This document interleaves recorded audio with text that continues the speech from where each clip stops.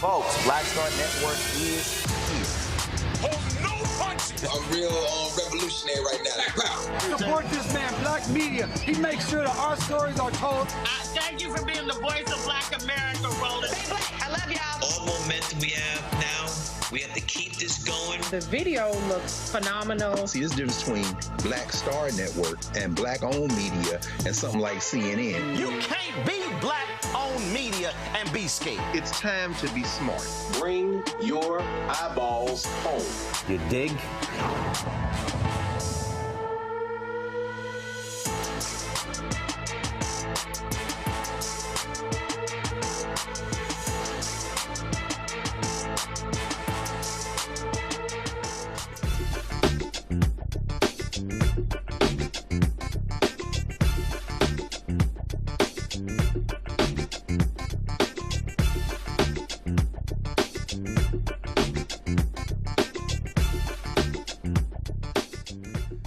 Today's Wednesday, February 25th, 2026, coming up on Roland Martin Unfiltered, streaming live on the Black Star Network. Lots of lies last night from Donald Trump and attacks on black people, on Somalians. He crowed about ending DEI. And of course, we had that scene on the floor where Congressman Al Green held a sign up targeting Donald Trump when it comes to calling black folks apes. Republicans tried to snatch it out of his hand. Congressman Al Green joins us on the show. A lot of lies about criminal justice reform. We will have a fact check about what took place last night. Also on the show, the Idaho City Council has gotten rid of Juneteenth and reinstated Columbus Day. Also, folks, a white Hunter College professor is under fire for some racist comments she made about black students. And we continue our salute to Reverend Jesse Jackson Sr. We'll talk with Barbara Reynolds, who authored 2 books on Reverend Jackson. It is time to bring the funk on Roland Martin Unfiltered on the Black Star Network. Let's go. He's got whatever the miss, he's on it. Whatever it is, he's got the scoop, the fact, the find. And when it breaks, he's right on time and it's rolling. Best believe he's knowing. Putting it down from sports to news to politics. With entertainment just for kicks, he's rolling. It's Uncle Roro, y'all. It's Roland Martin, rolling with Roland now. He's funk, he's fresh, he's real, the best, you know he's Roland Martin now.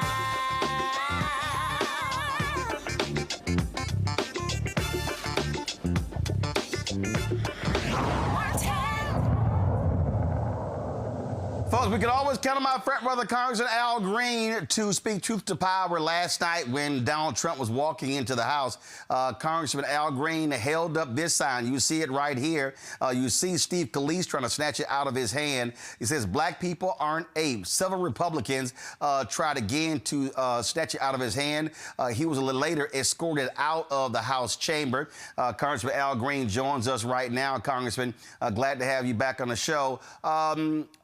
Why did you want to do that? Why did you want to hold this sign up last night during the State of the Union? Not only did I want to hold the sign up, I wanted it to be in the president's personal space. I was there to confront the president. I wanted him to know that what he's doing is harming black people and that we're not going to tolerate it. The president never said that this was wrong. He never said he regretted that it occurred. He, in fact, in essence, condoned it. And I don't, and those who allow this thing to continue, those who tolerate it, perpetuate it. I will not perpetuate the notion that black people are inferior and somehow related to the ape family. You had several Republicans who actually tried to walk up to you and snatch it out of your hand. That was an exchange between you and this Oklahoma Congressman Mullen. What did you say to him when he tried a couple of times to snatch it out of your hand? Well, the exchange was rather quickly done, and I told him that this was my property in essence, and that I was going to retain it. There were others who were saying to me that I should not be as concerned about this as I am.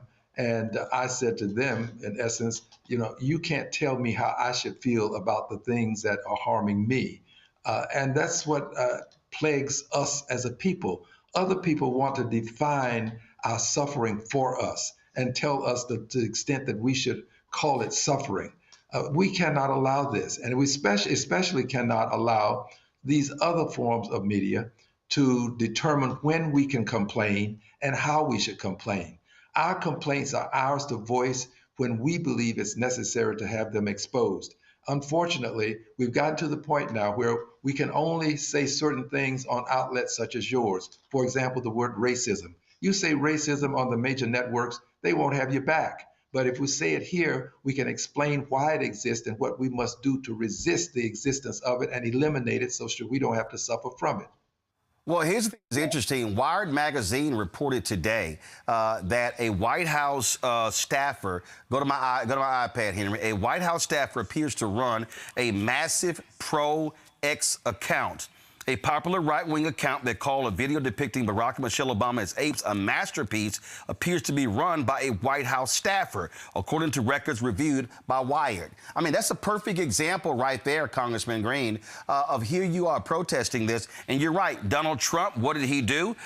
He actually, he claimed after he talked to Senator Tim Scott that he took it down. Later on Air Force One, he basically defended it and said he wasn't going to apologize. And so the White House wants to have it both ways. And so by confronting him, you're challenging him on this very issue. Yes, we are challenging him on the issue, but we also are challenging him with the confrontation. You can challenge a person with a letter. You can challenge with a phone call. There are other ways to do it, but we've got to find ways to get in his face and challenge him. And this State of the Union is one means by which we can do this.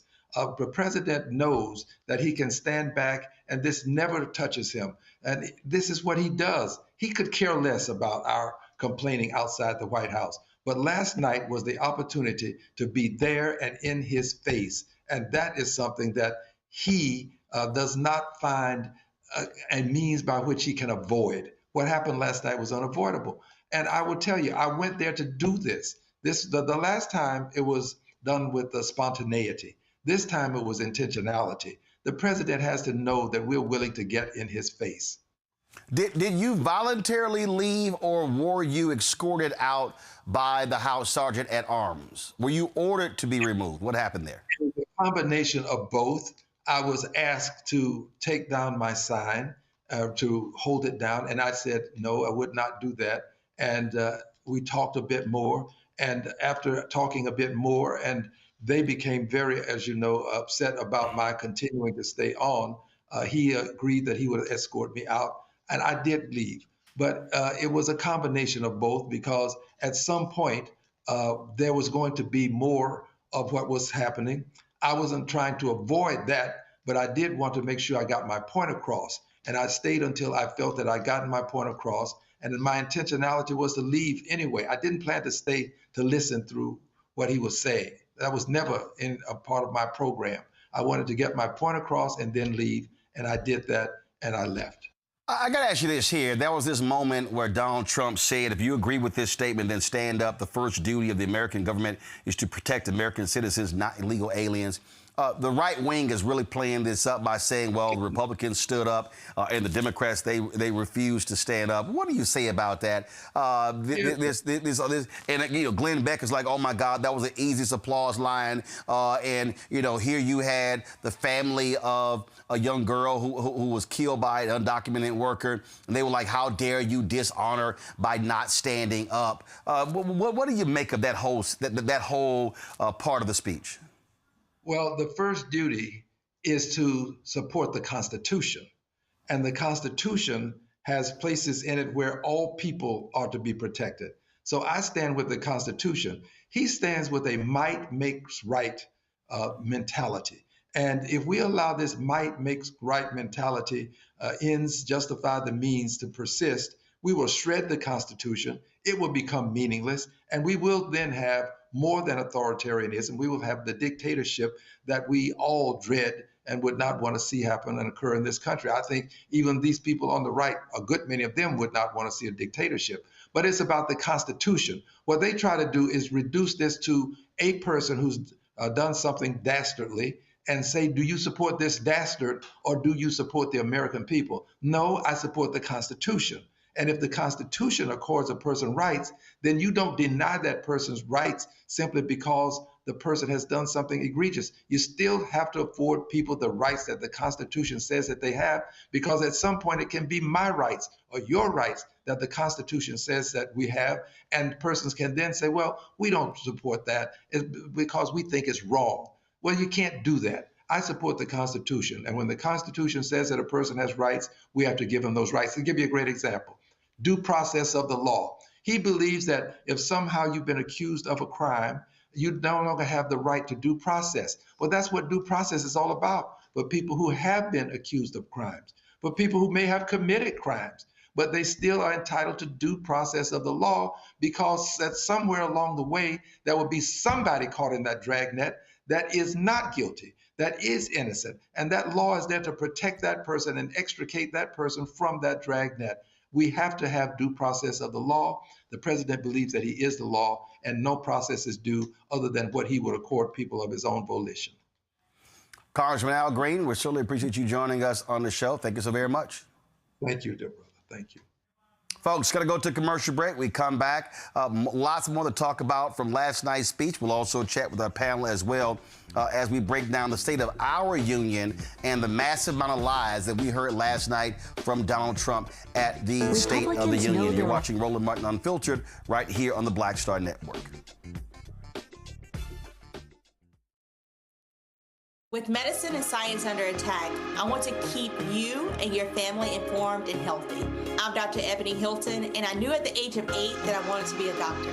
So I studied hard and became the first African-American female anesthesiologist hired at the Medical University of South Carolina since its opening in 1824. And I always say I was made into a doctor, but I was born to be a mom. And as a new mom, wife, sister, daughter, and friend, I understand how frightening a medical crisis can be. I care for individuals on some of the worst days of their lives, and it's my mission to provide you with a safe space to gain clarity on issues affecting your mind, body, and soul. I recognize that there are health disparities, particularly as it pertains to race, and I want to help bridge the gap between you and your healthcare providers. Join me every Thursday for Second Opinion on the Black Star Network, where each week I'll invite experts from various medical fields to share the latest health news. We'll discuss topics such as the vaccine debate, mental and sexual health, medical bias, infertility, menopause, andropause, nutrition, and aging. Together with my medical colleagues, we aim to provide you with a second opinion. Don't miss it, Thursdays only on the Black Star Network.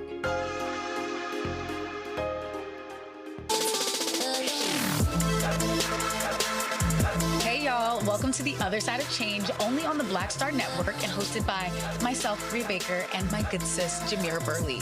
We are just two millennial women tackling everything at the intersection of politics, gender, and pop culture.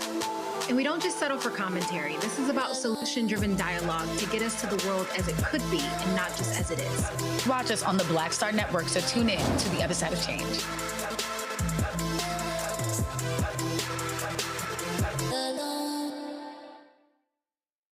Hey everybody, I'm T.D. Jakes, and I want to encourage you to watch Roland Martin Unfiltered.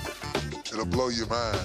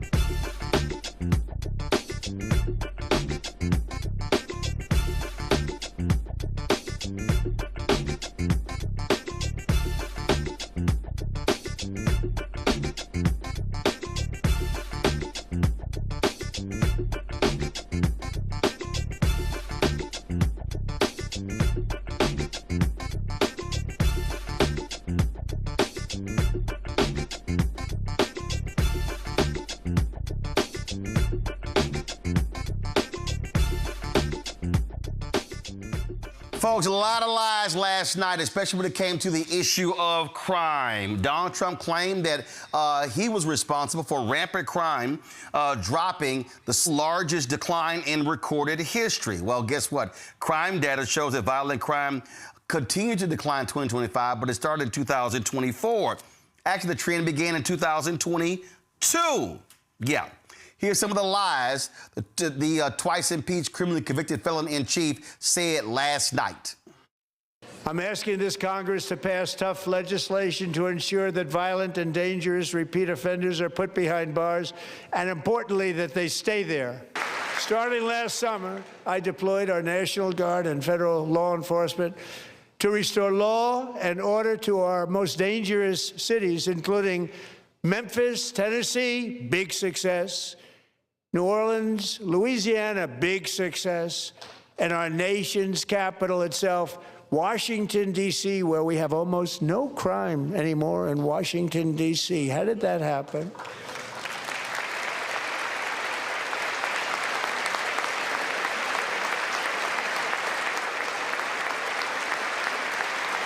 In fact, crime in Washington is now at the lowest level ever recorded, and murders in D.C. this January were down close to 100% from a year ago.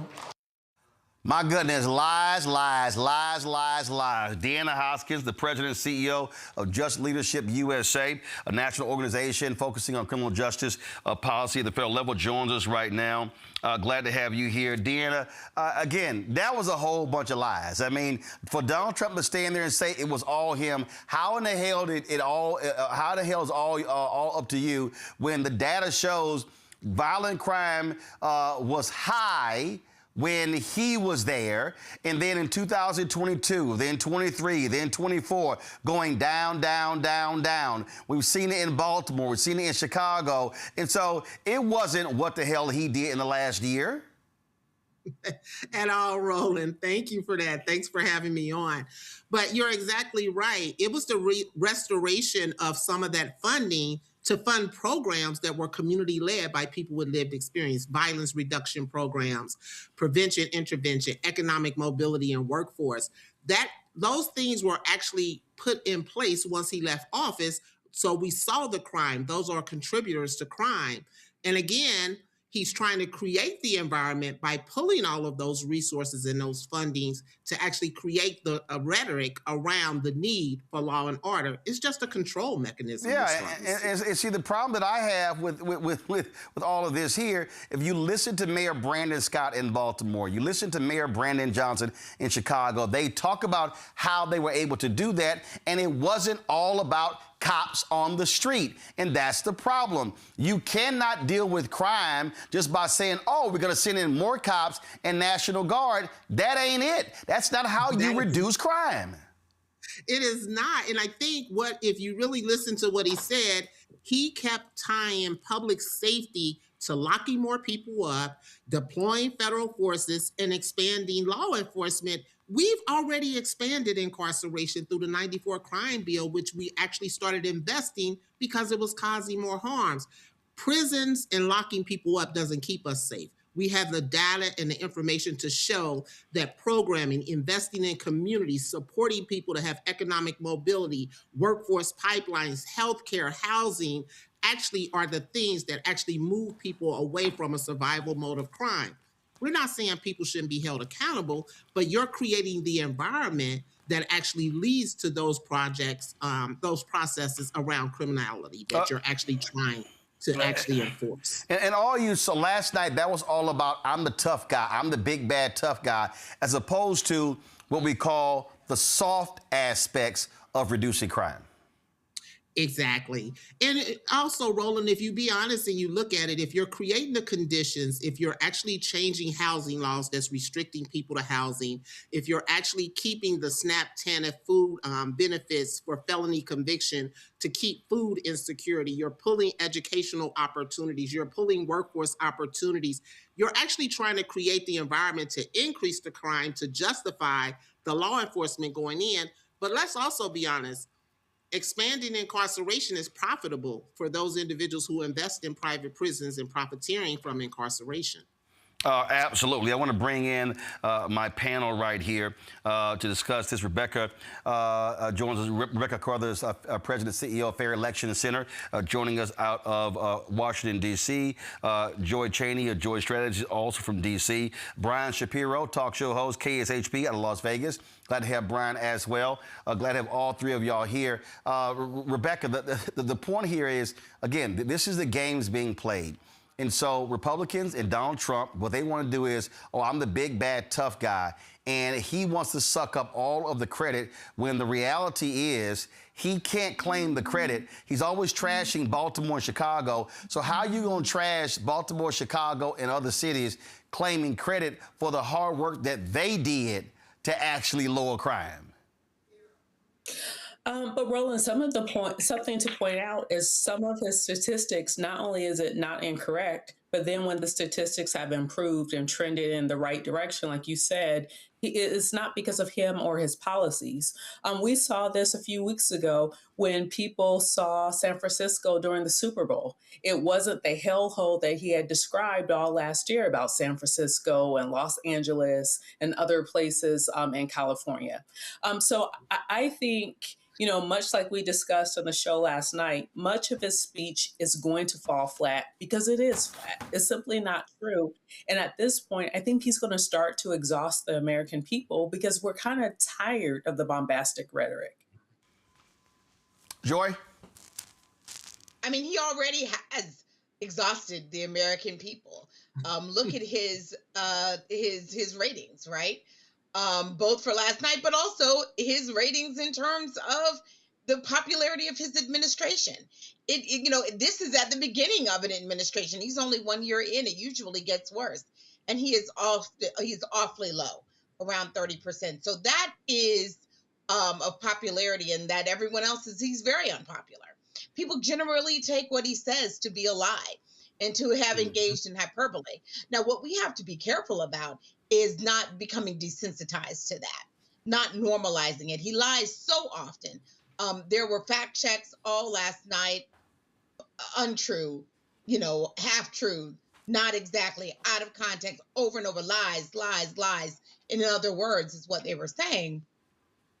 But we don't want to make sure that we are not becoming desensitized to it. And that's what the congressman, I think, was saying that was so important. We can't just send a letter. We can't just put out a fact check because people know he's a liar. We have to take it to him and show how inadequate he is in person, in real time. But absolutely, he's going to do everything that he can to take credit for the wins the Democrats had already begun working on. And then to, you know, really to then take more credit than is actually due him, given the fact that the things that he's doing right now in a couple of years are going to have downsides for us.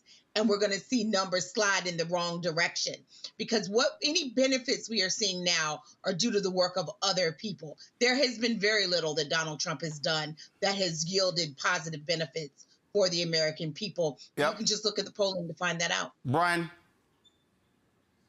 Yeah, hi, Roland. Thanks for having me. Good to see you. Donald Trump lied about everything. He lied about the economy. He lied about tariffs. He lied about inflation. And what's worse than anything else here is that he uses victims of crime as an opportunity to go after brown people.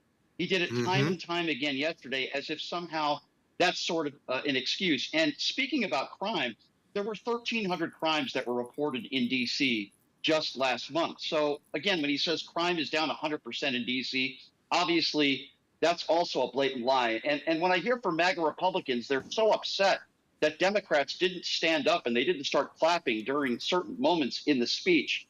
Well, first of all, they have a right not to stand up.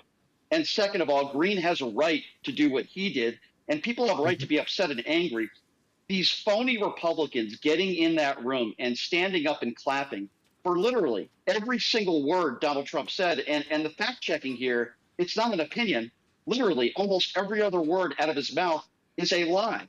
The entire speech yesterday was about attacking minorities, attacking migrants. And really, I think a poignant moment yesterday was when he bragged to the American people about taking people off of food assistance, 2.1 million people. And he bragged about that as if that's some sort of a good thing. And then every Republican stood up and started clapping. That is a perfect example, Roland, of the difference between Democrats and Republicans today. Republicans think it's a great thing when people are struggling, living paycheck to paycheck, to take government assistance away from them. Democrats disagree, and I just thought it was a disgusting display yesterday from start to finish. Also, did farmers come up at all? I don't quite think so. Deanna, what would you say to Democrats in this moment when it comes to the need for them to be advancing an agenda that, frankly, speaks to continuing the programs that cause crime to drop? That's what they should be talking about. Again, they should, Republicans always hit them on defund the police, but this is where they should be saying, no, the way that you, because truth be told, defund the police was actually about shifting resources away from just law enforcement, but they should be reminding, say, folks, this is how crime dropped. It wasn't all about sending in, again, National Guard and sending in more cops. Right. Thank you, Roland. And you're exactly right. The narrative around defunding the police and talking about shifting those resources from that confinement, control, and punishment. And Democrats have to double down on the food insecurity. They have acts in the House already, the Restore Act, to remove the food ban around food insecurity that Brian talked about, the healthcare ban, the Medicaid that's actually being shifted, and people are getting ready to lose access to Medicaid. That's mental health. That's other healthcare services. The housing bills that are going through to limit people's ability of how long they could be on subsidized housing. That's going to move so many people back into homelessness, which actually is a part of the crime rate that we talk about when homeless people are homeless and hungry. Also, there's the unfair lending. There's the economic mobility. There are things that are on the floor for the Democrats to keep their foot on the pedal, to keep moving, that we can't move away from, because Brian said it.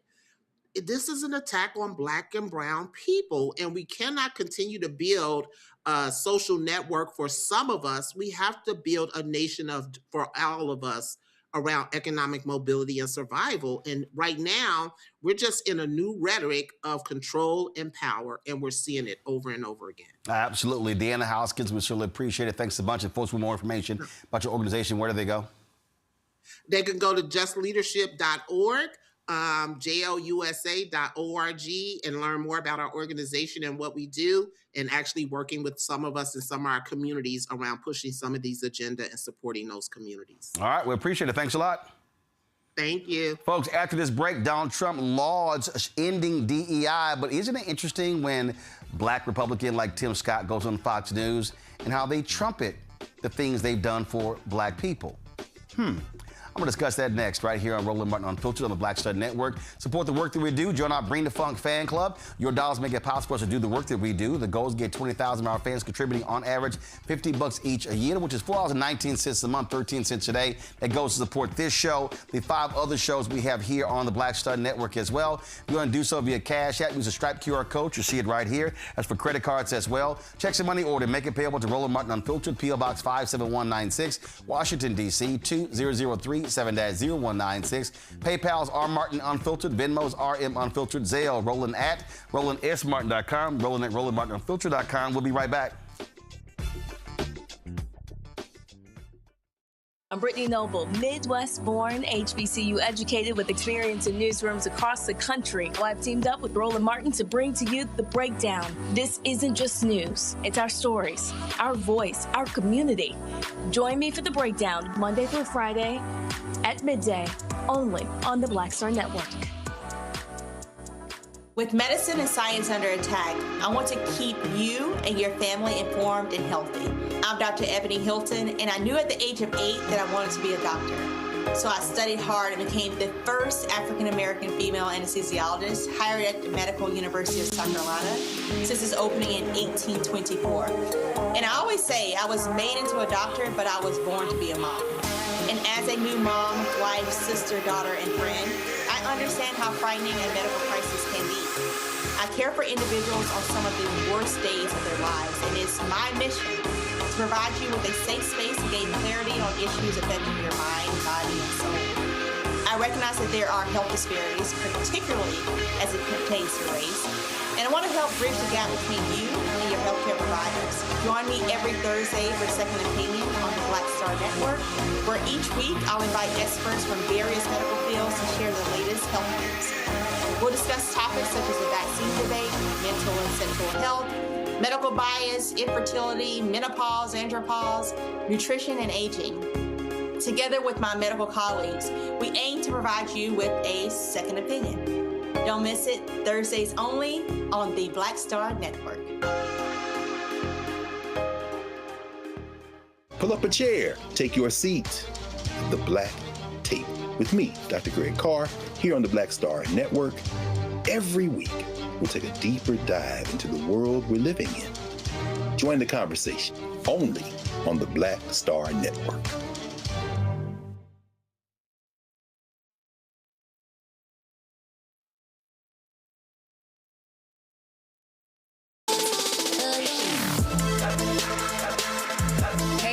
Welcome to The Other Side of Change, only on the Black Star Network and hosted by myself, Rhea Baker, and my good sis, Jamira Burley. We are just two millennial women tackling everything at the intersection of politics, gender, and pop culture. And we don't just settle for commentary. This is about solution-driven dialogue to get us to the world as it could be and not just as it is. Watch us on the Black Star Network, so tune in to The Other Side of Change.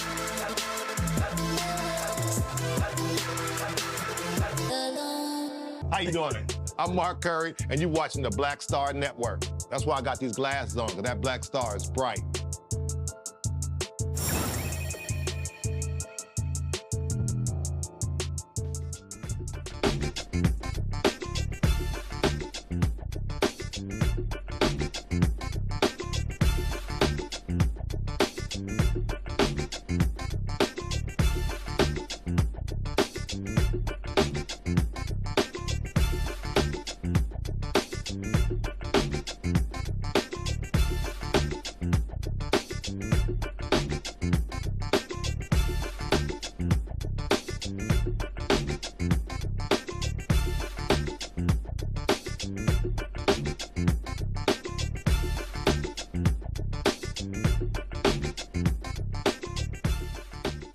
All right, folks, in that shameful speech last night, you know Donald Trump just gloated when it came to the issue of DEI. Watch this.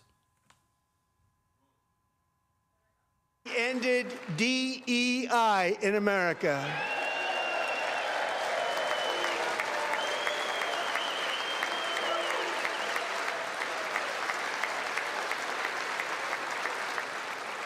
We cut a record number of job-killing regulations, and in 1 year, we have lifted 2.4 million Americans, a record, off of food stamps. All right, so he's praising ending DEI.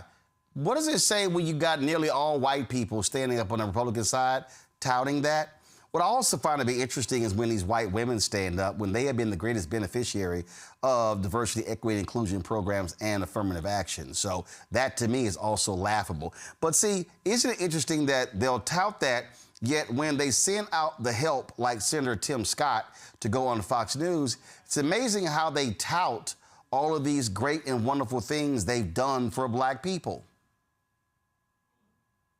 We have a president who stands strong and tall for the black community in opportunity zones, the highest funding for HBCUs in the history of the country, the lowest unemployment rate ever, first time under 6%, fighting for rare blood diseases like sickle cell anemia.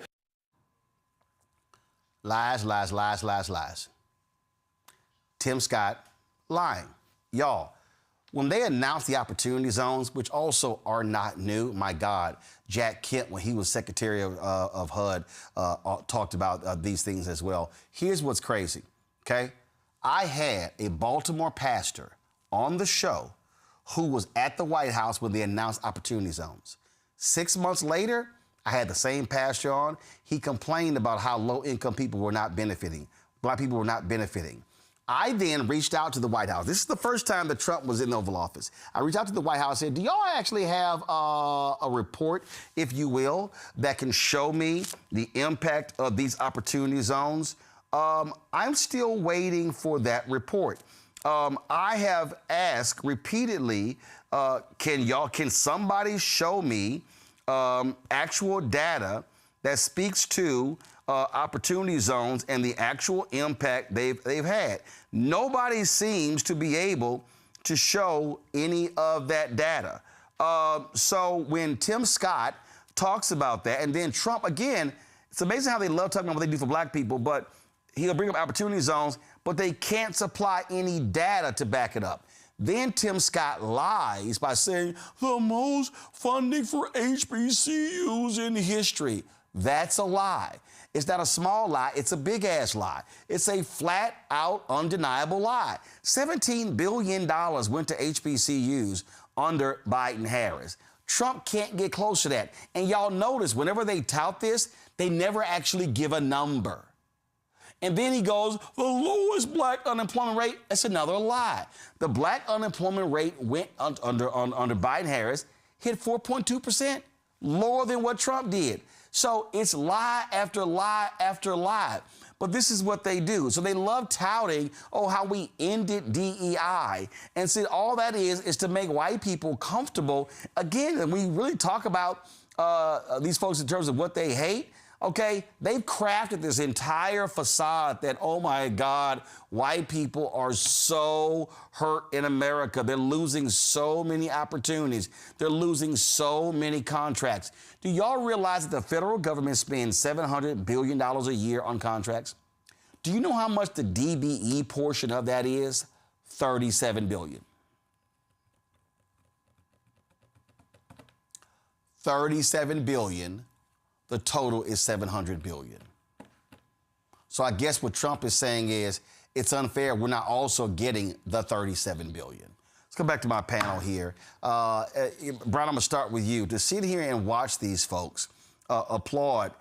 I recall when Mike McCarthy complained about how white and how the Republican side at the State of the Union lacked diversity. I remember when that happened. I'm just going to be honest with you. I think when MAGA Republicans use the term DEI hire, in my personal opinion, that's code word for calling people the N-word. Oh, ain't just you, Brian. Ain't just you. We believe the same thing. Yeah, and let's be very clear. You want to know who the real DEI hires are? The buffoons that work for Donald Trump. Kristi Noem, what the hell are her qualifications for being in that position? I can go down the list. Robert F. Kennedy Jr. is another example. I can go down the list of people in the Pat Patel, of people in the Trump administration that are not qualified to be in those positions that they're in, and it's showing with what they're doing or what the lack of what they are doing.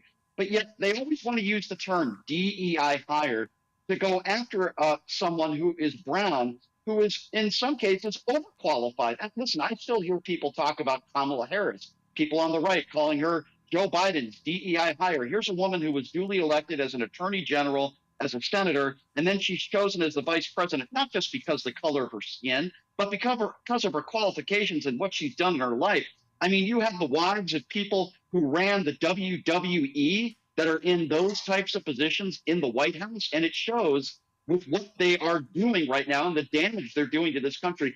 I'm just so sick and tired of these people on the far right, or even the right in general, using these terms like DEI hire. These are the same people for years that said Barack Obama wasn't born in this country. Let's call it for what it is. These are bigots. It's not make America great again. Roland, it's make America white again. That's every time I hear make America great again and I hear idiots use that term, that's what I'm thinking in my mind. And it shows with their policies and what they're doing. Yeah, you're absolutely right. You have folks like Tim Burchett and other Republicans, Joy, who will sit here and they say, oh, Vice President Kamala Harris, DEI hire. Oh, Judge Ketanji Brown Jackson, DEI hire. It is very interesting. You're absolutely right, Brian, that what they want to use is the N-word. And so they will use that against everyone, which is beyond laughable. They try it. Oh, and when these fools try it with me on social media. And again, I keep telling black people, I'm not explaining my credentials to anybody. They can all go kiss my ass. But Joy, this is the game they play, and then they want to say, oh no, we're not that way. We're accepting and loving of everybody. And then again, you got folk like Tim Scott. Now, mind you, his comments were in response to what Gavin Newsom said, which had nothing to do with black people. But this is the same Tim Scott who said that the ape video, that was the most racist thing I've seen come out of this White House. Well, guess what, Tim? That's your people. Joy? Yeah, it's definitely there are people. And what I thought was interesting about that comment was the most, right? That presupposes there were other racist things coming out of this White House, which he knows, right? Unfortunately, Senator Scott is in the sunken place, and we all know what that means. And I don't know why he's chosen to do it this way. He is actually a good person if you know him to a person and individually. He hires a lot of black staff. Who is? Sometimes more than Democrats. Who but is? The facts of the matter, let me finish. No, I'm asking. No, hold up. Hold up, Joy. I'm asking. You say he's a good person. Who? Tim Scott. Here's my whole deal. Actually good. Yeah, but here's the deal. Here's the deal. You show us who you are by your actions. And so, absolutely. And so, when you are a Republican, when you are a black Republican, and you are an apologist for the bigotry that comes out of this White House, I'm not going to call you a good person.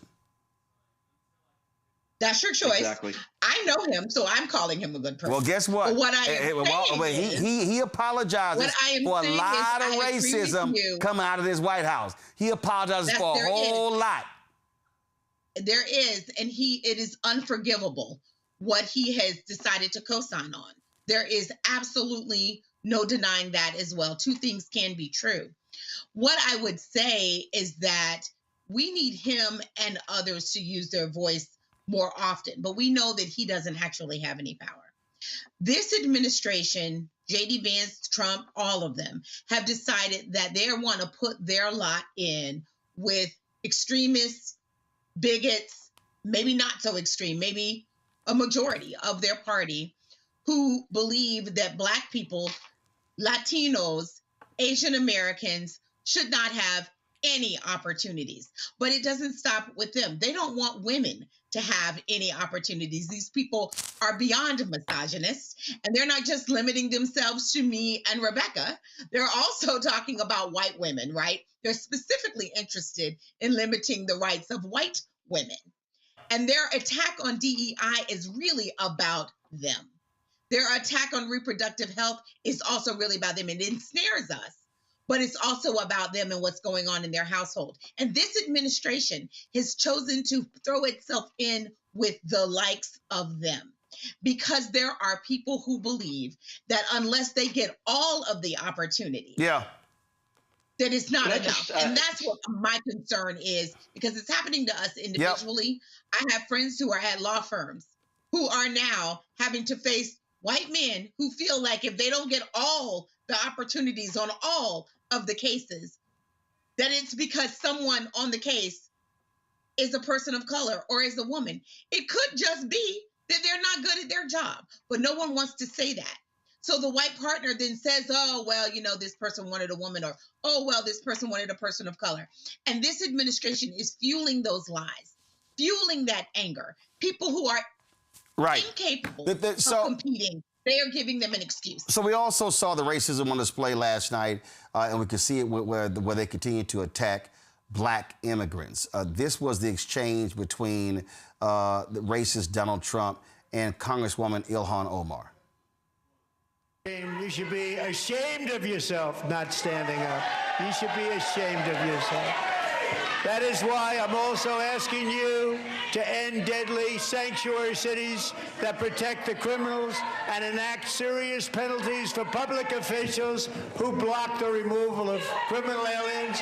In many cases, drug lords, murderers all over our country, they're blocking the removal of these people out of our country, and you should be ashamed of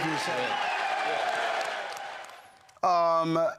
Listen, Rebecca, people say, oh, my goodness, that's not how Democrats should respond. I'm sorry, where I come from, when you hear bullshit, you call it out.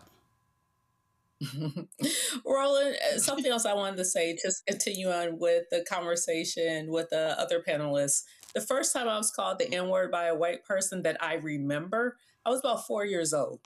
And quite frankly, it's not that I respect just being called the N-word, but don't hide it behind political correctness. Don't call it anti-DEI. Don't say it out loud and then blame it on Tourette's syndrome, or the same network then not show Free Palestine, but then they show the N-word being sporadically said in a live broadcast, in a taped broadcast that was later aired, and it could have been edited out. Let's just be real here. This is America. This has always been America. So I would say for those who don't like Black folks, just say it out loud, because you have an administration that supports that worldview. But let's quit playing around with this thing. This is what this thing is, and it's beyond Democrat versus Republican. It's about white supremacy. So as we're battling for the soul of America, let's just have the battle. Let's just duke it out metaphorically. But let's figure this thing out, because that's ultimately what this fight is about. It's a foundational fight that's been happening since the inception of this country. So let's deal with it finally. Well, I'm telling you right now, we got to call this thing a thing, and we're going to do it every single day, such as these folks in Idaho. So, you know, Juneteenth is a federal holiday. Well, in the city council in Post Falls, Idaho, they said, oh, no. We're going to say the hell with Juneteenth, and we're going to bring back Columbus Day, you know, the day that we celebrate a dude finding a country or founding a country that already existed. It was a 4-2 vote to do so, to restore Columbus Day to the calendar. Post Falls racist Mayor Randy Westland says Columbus Day is a better holiday to celebrate American heritage, while 2 councilmen on the board disagreed. Next item up is an amendment to personnel policy holiday schedule. This is a change that I requested. Effectively, this is removing Juneteenth from the list of city holidays and restoring Columbus Day, which I believe is a more appropriate holiday honoring our American heritage. I move to approve the amendment to the personnel policy and holiday schedule. Second. A motion in multiple seconds. Further discussion? I do have one comment on it. Oh, sorry. Juneteenth celebrates the actual end of slavery in the United States. And the abolition of slavery, I believe, is one of the crowning achievements of Western civilization and is certainly worthy of celebration. On the flip side, North America, as we know it, in the United States entirely would not exist if it were not for the expeditions of Christopher Columbus and other European explorers, which are also worth celebrating. So I don't know if you would consider doing an every other year type of thing, but I think both are very relevant to our history and worth celebrating. I don't want to change the holiday schedule up. I think that's a lot of complexity. My own view is that Juneteenth is something that nobody had heard of until 5 years ago and was pushed for political purposes. And so I'm not in favor of having that in. Cool. I would agree with Councilor Malloy. I think just because we didn't know about it doesn't mean it's not relevant. I do think that I would completely echo Councilor Malloy's sentiments that the elimination of slavery, which was common worldwide up until the rise of Western civilization, and unfortunately is still very common today, is something that we should definitely celebrate and hang our hat on, and not something that just because we didn't know about or was more or was made less relevant doesn't make it relevant to today. So I would definitely advocate for some type of arrangement. I don't think these two need to be mutually exclusive. You got to be pretty much a dumbass, Randy Westland, say, well, we didn't know about this till about 5 years ago when, it had been celebrated in a lot of places. But again, we're talking about Idaho, which is the home of a lot of white supremacists, a lot of militias. So I can understand why he wouldn't quite understand Juneteenth. But it goes to show you their sheer ignorance. That's what it all says. Rebecca, you first. So Juneteenth, I mean, it's a little bit more complex than that. It wasn't the ending of slavery, because slavery still continued definitely through that season. And it was more like for the border. But fine, I'll let them have it at that level. What's interesting is listening for the last couple of weeks, a lot of this Eurocentric revisionist history of America. And even think about what Marco Rubio said last week in Munich. And he was talking about how the Great Plains was just so vast and empty and all the European settlers just showed up there to fill it up. I mean, this is more revisionist history, because even, stipulating that Juneteenth, let's say it did actually end slavery on that day. Slavery in North America was human trafficking. It wasn't just about the labor, but there was sex trafficking, there was human trafficking, there was all sorts of atrocities that were happening. So it's interesting listening to them talk about the end as they see it of slavery, aka human trafficking, and they're not acknowledging the human trafficking crisis that we're having with the ICE roundup. So it's very complex. It's very interesting. I would encourage them to delve deeper into the actual history of this country. Now, you know damn well they ain't the brightest bulb in a dark room. Brian, go ahead. Let's be very clear here. These are the same people who want to abolish Martin Luther King Day. These are the same people that want to ban books and don't want children to be taught what slavery was and how bad it was. They just want to erase history. These are also the same people who are totally fine with and celebrated Donald Trump getting rid of a Martin Luther King Jr. In the Oval Office, getting rid of a statue of Martin Luther King Jr., and they want to replace that with Charlie Kirk. That guy, Westland, that you just played, might as well have walked in there in a Klan outfit. That's what I think about some of these people. How did he even not know what Juneteenth was 5 years ago? How could you make a statement like that and be an elected official? I find it to be repulsive, embarrassing, and quite frankly, an embarrassment to white people that there are actually people out there that are elected officials that say things like that. I just think it's just gross. It's grotesque. And I've said this time and time again, Roland. I'm not saying everybody that voted for Donald Trump is racist, but I will say everybody that's racist has voted for Donald Trump. And I guarantee you that guy is a huge Donald Trump supporter. Joy? That is absolutely right. Not all racists, but every racist voted for him. Let me tell you what, this is also an indictment on the Idaho public school system. I mean, how could he have missed American history? And what bothers me is this retelling of world history, right? Well, slavery existed before. The transatlantic slave trade was unique in its perniciousness. And also, it's what is still having vestiges here in the United States. So it really doesn't matter what happened in other places around the world. This was the slave trade that we built our entire economy off of, which we are still building our entire economy off of. Let me just tell you, the new slaves, however, are poor white people, okay? That's what Donald Trump is setting up. I assure you, it's like Westland and even Malloy and all of them. Their constituents in Idaho are who the Trump administration has slotted for the low-paid, less educated labor that it would like to do the grunt work of America and build its riches off of their back. That is the issue of the transatlantic slave trade. These dumb white folks are also the victims of it as well. That's what he doesn't know. That's what I know. But of course, I went to Harvard Law School. Well, I ain't go to Harvard Law School, and I still know these folk ain't the brightest bulb in a dark room. And I can guarantee y'all, when it comes to my travel around America, Post Falls, Idaho will never make the cut. Gotta go to a break. We come back. We're gonna talk about this Hunter College professor in New York. Let's just say she was stupid for some comments made on a hot mic regarding black kids and education. We're gonna talk about that and lots more in the second half of Roland Martin Unfiltered right here on the Black Star Network.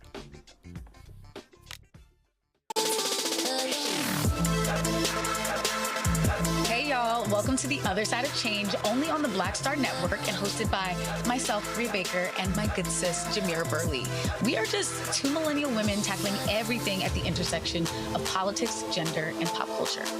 And we don't just settle for commentary. This is about solution-driven dialogue to get us to the world as it could be and not just as it is. Watch us on the Black Star Network, so tune in to The Other Side of Change.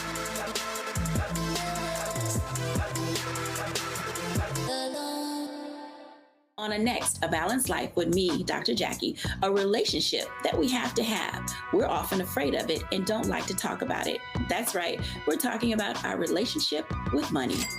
And here's the thing, our relationship with money oftentimes determines whether we have it or not. Balancing your relationship with your pocketbook, that's next on A Balanced Life with me, Dr. Jackie, here at Black Star Network. With medicine and science under attack, I want to keep you and your family informed and healthy. I'm Dr. Ebony Hilton, and I knew at the age of 8 that I wanted to be a doctor. So I studied hard and became the first African-American female anesthesiologist hired at the Medical University of South Carolina since its opening in 1824. And I always say I was made into a doctor, but I was born to be a mom. And as a new mom, wife, sister, daughter, and friend, I understand how frightening a medical crisis can be. I care for individuals on some of the worst days of their lives, and it's my mission to provide you with a safe space to gain clarity on issues affecting your mind, body, and soul. I recognize that there are health disparities, particularly as it pertains to race, and I want to help bridge the gap between you and your healthcare providers. Join me every Thursday for Second Opinion on the Black Star Network, where each week I'll invite experts from various medical fields to share the latest health news. We'll discuss topics such as the vaccine debate, mental and sexual health, medical bias, infertility, menopause, andropause, nutrition, and aging. Together with my medical colleagues, we aim to provide you with a second opinion. Don't miss it, Thursdays only on the Black Star Network. My name is Bill Duke, and you're watching Roland Martin Unfiltered.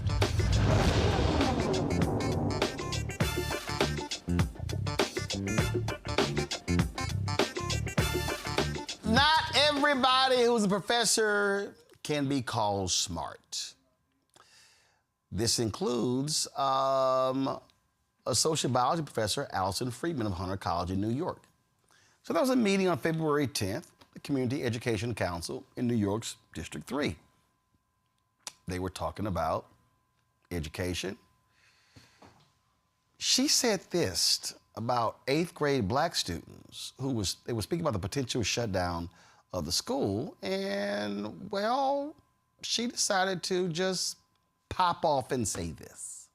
Mr. Goldman and 2 other students on Fridays. He delivers lessons and helps us fit those skills into our lessons. Bad schools that like they're they're too dumb to know they're in a bad school. Independent in our class. I mean, fuck. But apparently Martin Luther King said it. Like if you train a black person well enough, they'll know to use the back. You don't have to tell them anymore. They're just Allison Friedman, what you're saying is absolutely hearable here. You've got to stop.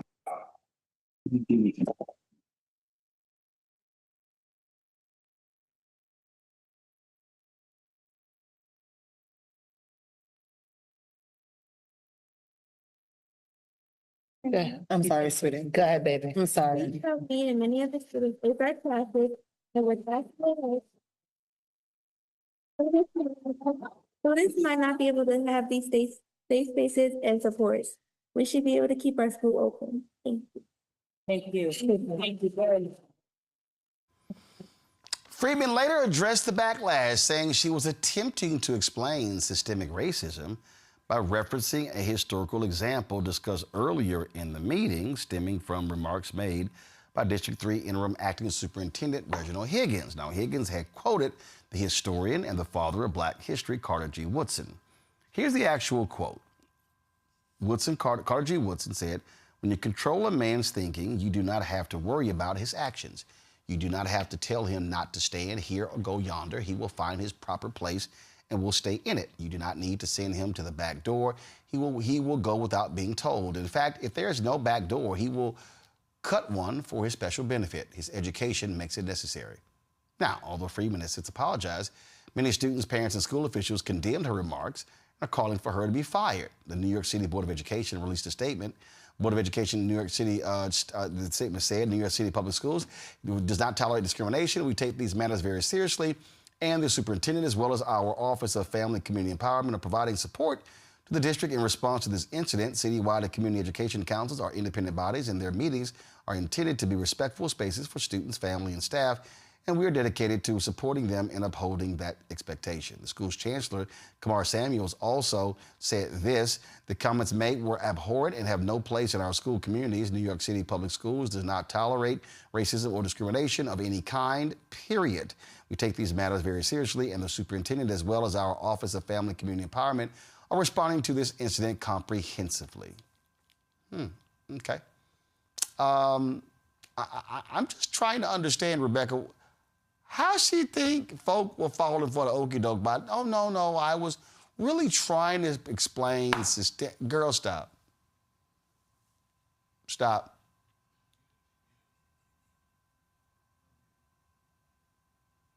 Joy and I both had and we're resting our heads on our chins.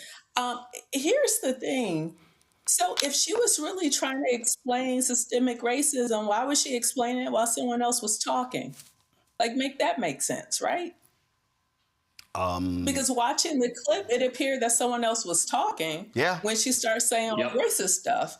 And as an educator, isn't it, I'm going to use an educator word, the pedagogy, is that how you say that word? The pedagogy says that if you're going to teach something, you shouldn't do it while someone else is communicating, right? But that's just me. I only went to Nebraska law. I didn't go to Harvard law, so maybe Joy can illuminate us further. I ain't go to no law. This is very basic. If you're explaining systemic racism, you actually set the conversation up to explain it.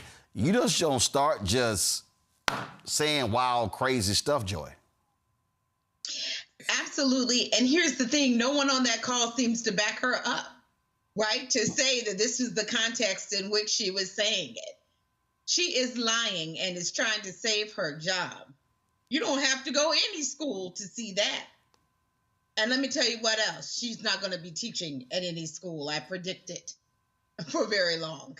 I mean, Prager, you might take her. I don't think she knew that her mic was on. Maybe I'm wrong. I don't think she knew maybe her mic was on. But regardless of that, she should be fired immediately. Immediately. I don't think there's any excuse here.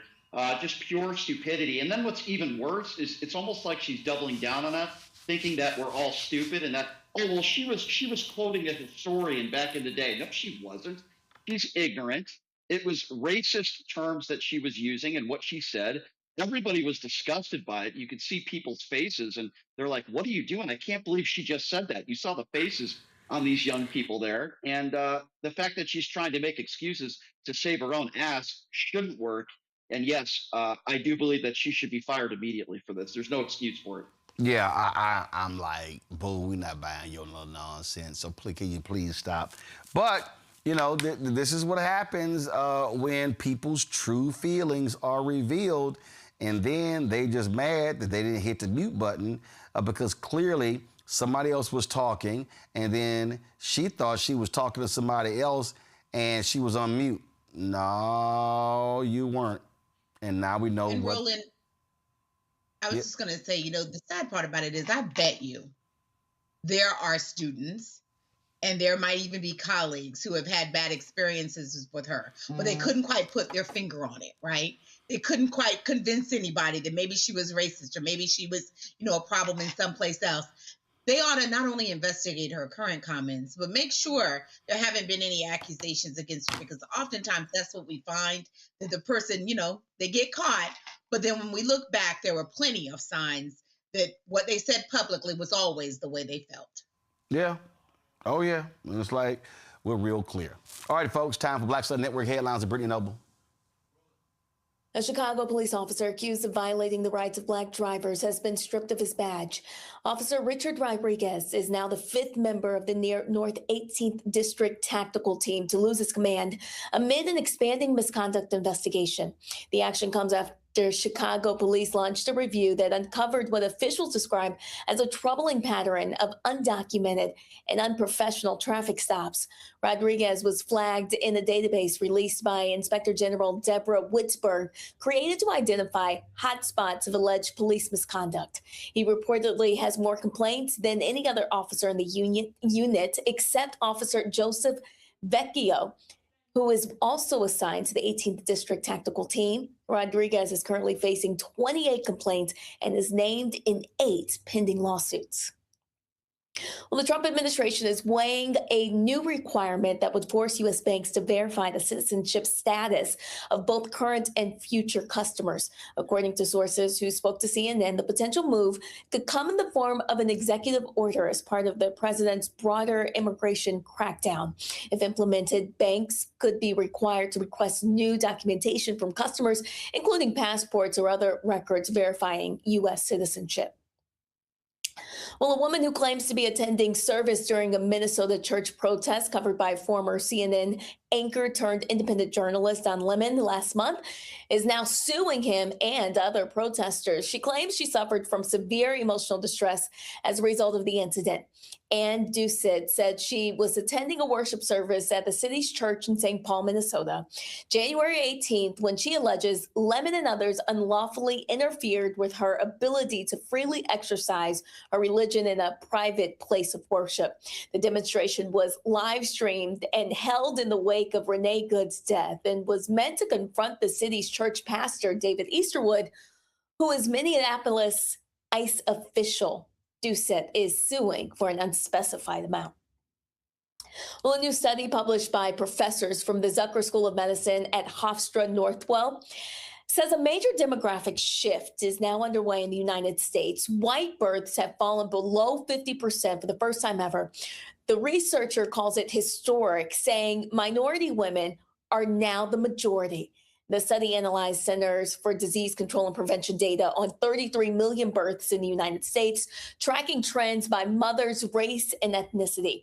It revealed white births at 49.6%, while all other groups taken together, including Hispanic, Black, and Asian, make up 50.4% of all births. Roland?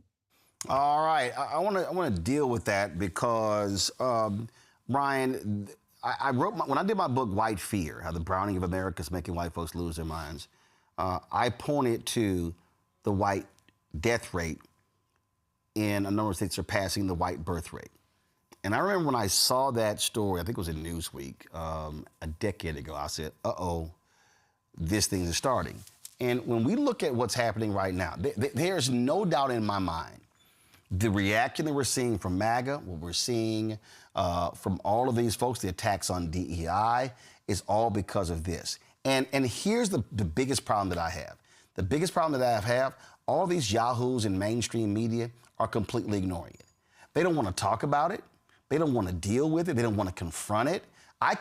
There have been individuals who are show hosts who I have been personally texting and emailing for years saying, y'all, this thing is happening. What are you talking about? And they want to talk about every other thing. It is as if even when we talk about identity politics, they want to act like whiteness is not an identity, is not part of identity politics.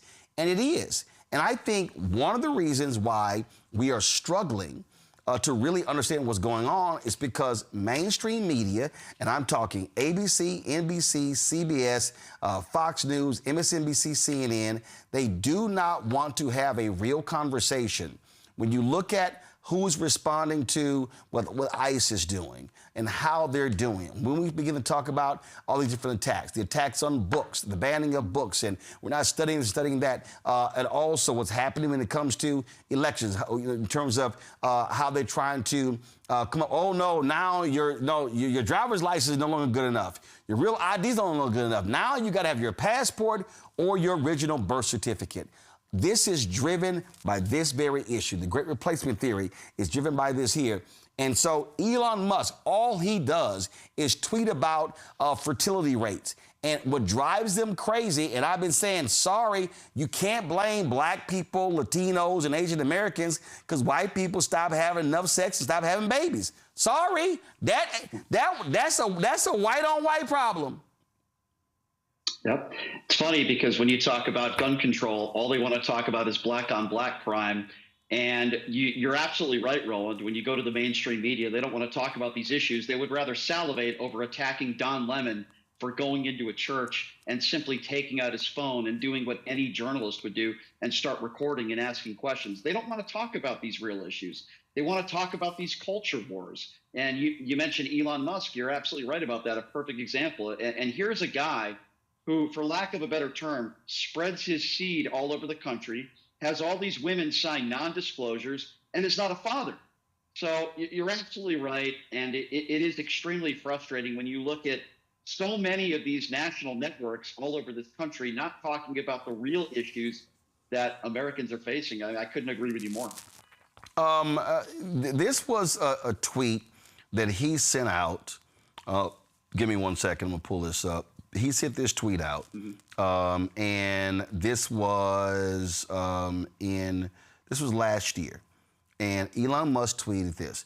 The story was fertility decline hits all 50 states, new lows nationwide. It says the U.S. fertility rate dropped to an all-time low of 54.5 births per 1,000 women in 2023, less than half its 1957 peak of 122.9. Okay, Elon goes, low birth rates will end civilization. Okay, Rebecca, here's the problem here. We're not running out of people. It's the right people. See, what he's saying, what Elon is saying, and this is what MAGA has been focused on. You've seen these videos. Look at this. We're in Paris, and oh my God, it's ghetto. Well, actually, Paris is the ghetto of France. Oh my God, look at all of these Muslims. Look at these people that are coming from these African countries. When you have that rapist, Conor McGregor, who goes to the White House, and the indigenous people of Ireland, we're losing our culture. Hey, dude, it ain't my problem. Y'all stop screwing. And the numbers don't lie. This is extremely basic.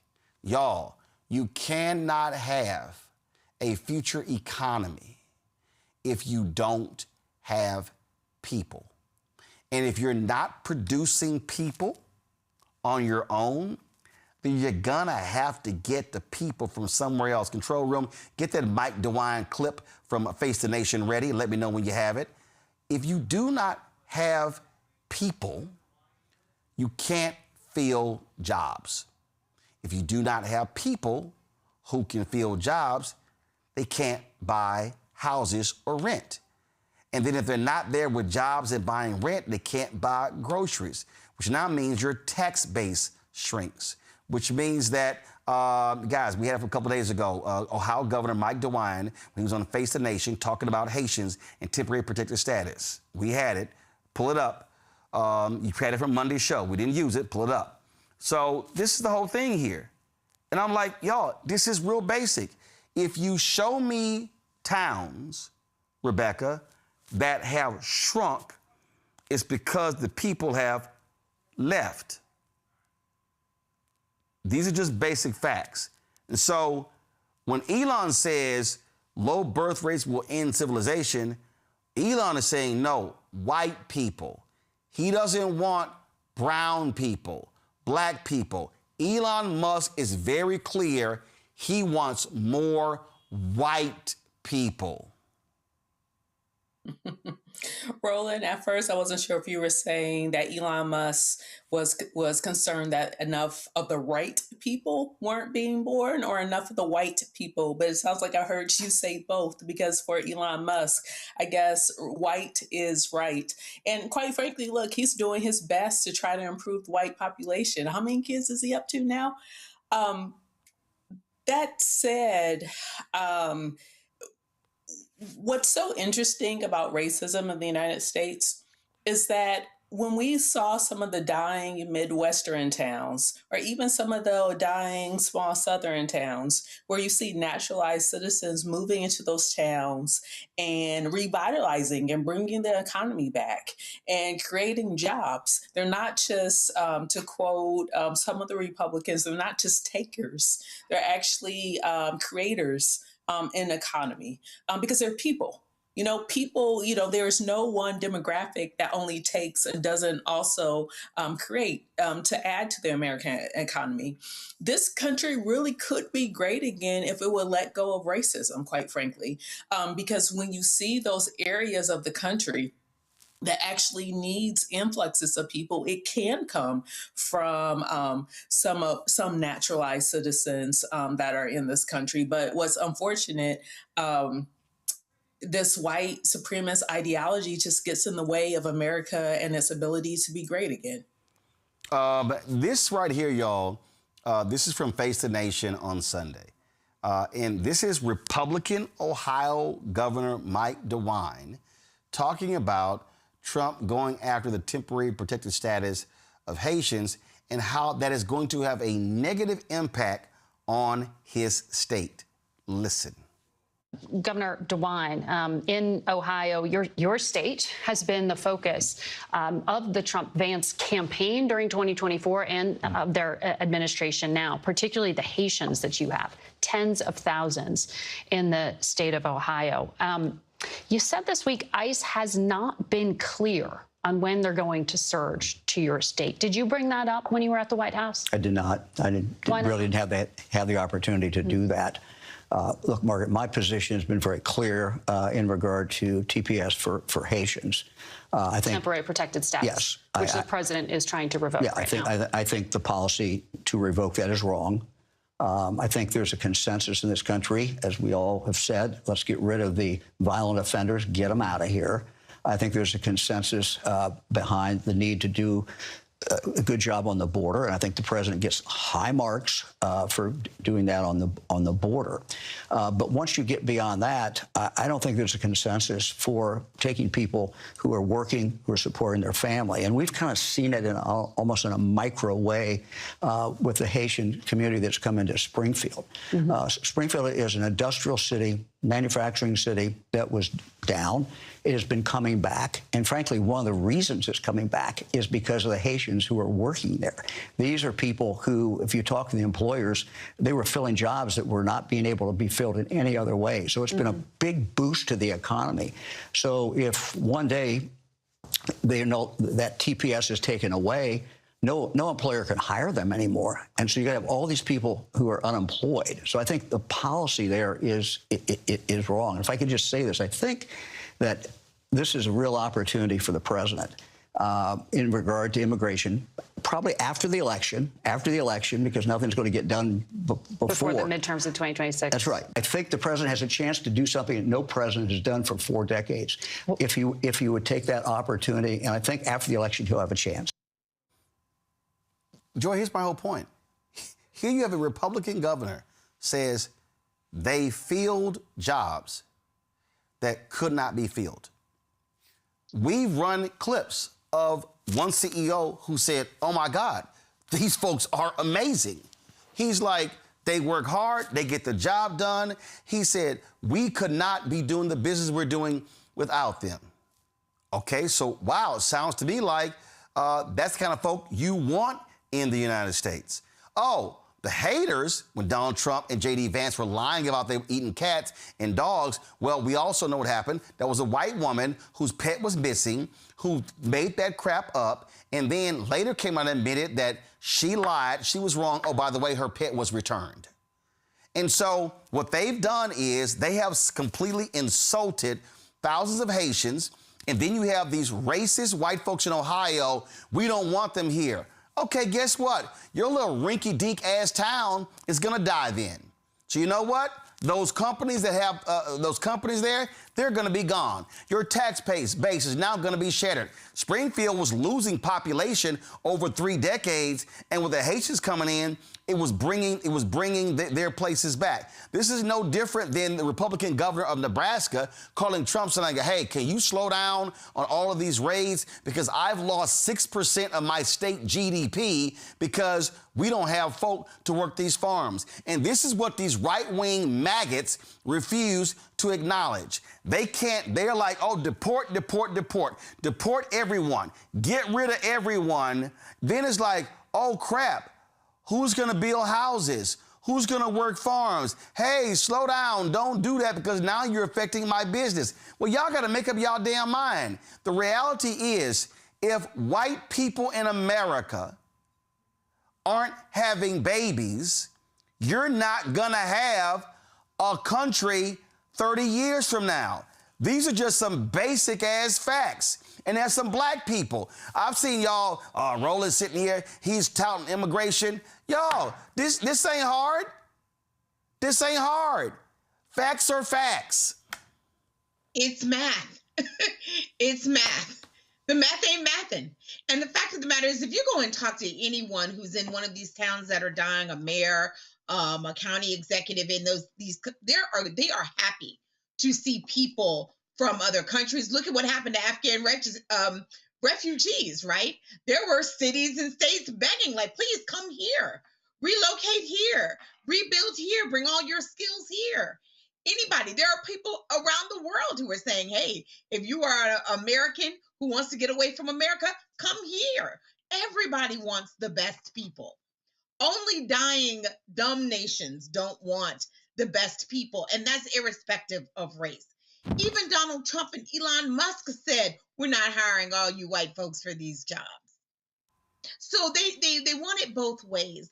But at the end of the day, they are trying to scare white people into saying that someone's taking something from them. Yep. But in reality, their inequity and their ineptitude has taken it from them. White women don't want to have babies with white men. That's the truth, right? That's what the statistics are showing, because some of them are so dysfunctional. They're on computer games and they don't know how to interact with real live girls, real live people. Well, and again, that's what's also happening here. And so what they need to do is focus on figuring out how we can make all of our people such that they are eligible, women and men, who people would want to have babies with. But also, and you don't do that by punishing other people. You do that by improving yourself. But also, I need us. We got to be really honest about what their desire is. This was one of those idiotic conversations on CNN. This is featuring Ken Cuccinelli. Was he Attorney General of Virginia or something like that? I don't know. He was, and then he worked for the Trump administration. I want you to listen to what he says, and I want you to listen to the words he uses.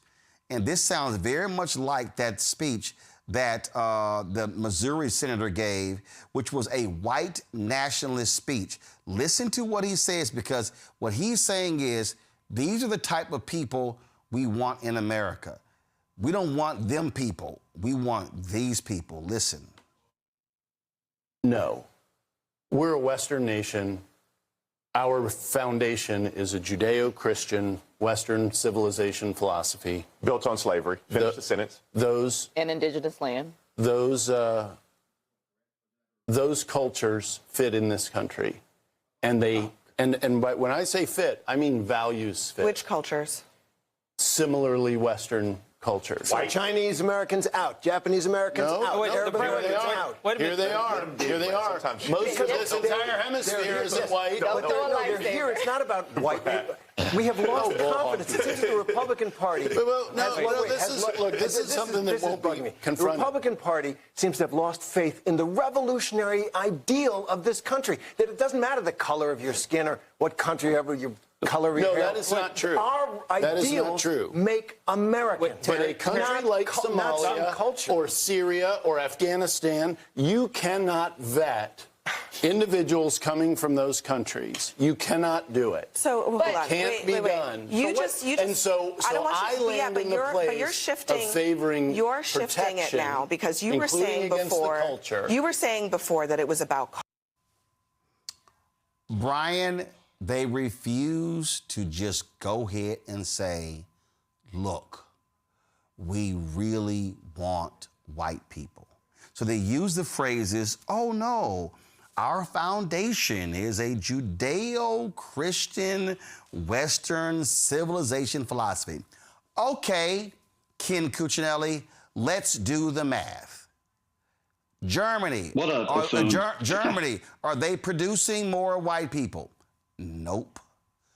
England. What an absolute. Nope. Hold on, no. England. Nope. Ireland. Nope.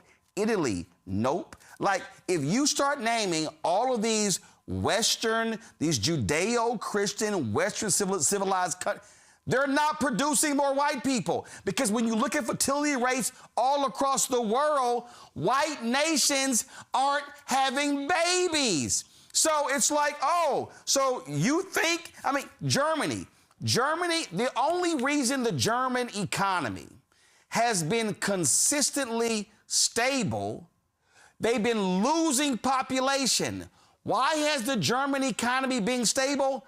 Because of immigration. The Germans like, yo, we hate immigration. We don't want immigration, but damn, immigration is saving our asses with our economy. These are facts. But Ken Cuccinelli, just say it. We want white people. Donald Trump gave a speech in Philadelphia where he said, can we just get some people from Denmark, from Sweden? Donald Trump just said it. I need more white people. So embarrassing to hear that guy on CNN. It's Brian. Brian, go. It's just so embarrassing to hear that guy on CNN spew that absolute nonsense. When I think of America, I think of diversity.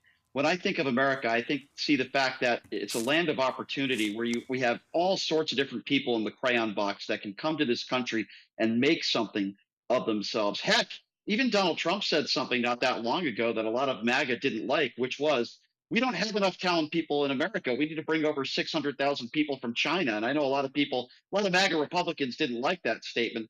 But to hear that guy go on national television and make those statements, you're right. Why don't you just say it out loud? We just want white people here. We don't want people from other cultures here. And by the way, it doesn't help when the Republican Party is also the party that claims that they're anti-abortion and they're pro-life. Not to really get into that topic, but maybe if you weren't against maternity leave, and maybe if you weren't against basically every government program that can help that single mother raise that child, maybe more people would be having babies. Maybe they should think about that. But at the same time, again, it's the same thing over and over and over again. They just say it with different terminologies on CNN. Ken on CNN basically saying to the world, we don't want colored people in this country. We don't want people from different cultures here. This is founded from white people. We want white, which, by the way, anybody who could pass a third grade civics test would tell you that's not true history lesson. It's just not true. And it's embarrassing to me as a white person to hear somebody like that say those things. And most reasonable people that are not bigots would obviously disagree with that. And I'm glad he got burned on that CNN panel. And I'm not surprised that at one point he worked in the Trump administration either. Those are the kinds of people that Donald Trump wants working in his administration, the Stephen Miller types and people like that.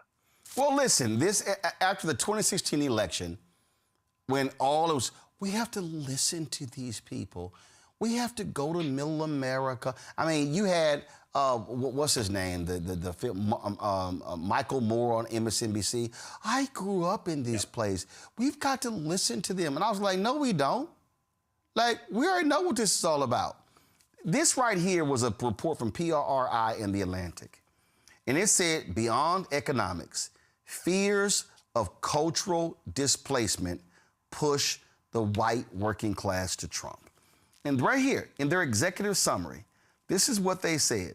They said, identification with the Republican Party, identifying as Republican, not surprisingly, was strongly predictive of Trump's support. White working class voters who identified as Republicans were 11 times more likely to support Trump than those who didn't identify as Republican. Number two, fears about cultural displacement. White working class voters who say they often feel like a stranger in their own land and who believe the U.S. needs protecting against foreign influence were 3.5 times more likely to favor Trump than those who did not share their concerns. Support for deporting immigrants living in the country illegally. White working class voters who favored deporting immigrants living in the country illegally were 3.3 times more likely to express a preference for Trump than those who did not. Economic fatalism.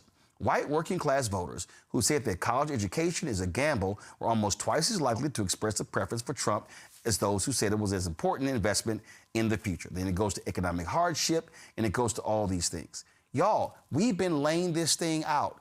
Donald Trump, when he came down that escalator in 2015, he has been pressing the buttons of white fear. And the reality is, whether you are talking about and that's why you have a fight going on between the Silicon Valley class, the crypto bros who have been funding, who also start funding Trump. And then when Charlie Kirk and others were like, hey, what's going on? Because they wanted those special visas to bring folks in. And then these white natalists were like, oh, no. We have the people right here in our own country. And then even Trump says, as one of y'all just said, Trump like, no, we don't. We ain't got them. They not here. We kind of like need them. And so I need people to understand Okay? This is why mainstream media keeps screwing it up, because they don't want to have the real conversation. They don't want to call a thing a thing. They don't want to be honest about white America. They don't want to be, they don't want to put it out there on the table. So, well, we can sort of like dance around it and we can like, no. And I'm telling y'all, I've talked to these anchors, and it's like, and I said it in my book, White Fear. The problem with mainstream media is that these same white producers and these same white executives don't want to confront the reality, and so they want to come up with every other term, every other possible thing to describe it as opposed to what it is. The real thing is the Republican Party today is advancing an agenda of, oh my God, us white people are going to be out of power. And let's be real honest. There are black people who are saying, oh no, we're going to lose our power if these Latinos keep coming in here. We're losing our stuff, without realizing that 10% of the black population in America right now are black immigrants. And then if you also start breaking down a lot of the people who don't classify as black immigrants, they're actually one generation removed from being an immigrant. Oh, y'all want to see stupid? I'm going to show you stupid. That crazy ass, Ann Coulter. And again, this is how stupid these people are, y'all. Give me 1 second. Y'all about to trip out, okay? This is stupid. Ann Coulter actually posted this tweet, and boy, did she get nailed in the community notes. She got nailed big time. And again, I just want y'all to understand when we talk about these things, when I say one person removed, okay? So the person who sits here and wants to tell me about, you know, all your FBA people, well, guess what? Shirley Chisholm, hello, Harry Belafonte, Sidney Poitier, Eric Holder, like it's a whole, Westmore, it's a whole, I mean, my God, go to New York City. What the hell do y'all think Jamaica Queens is? Why they call it that? It is unbelievable to me when I listen to these people who don't understand when you say that there's a lot of people here. So here's Ann Coulter. This dumbass tweets, that beautiful ending to Trump's SOTU address reminds me why we can't have a second, third, or fourth generation immigrant as president. Love for our country has to be in your genes. The reader context. President Trump is a second generation immigrant through his Scottish-born mother and a third generation immigrant through his German-born paternal grandparents.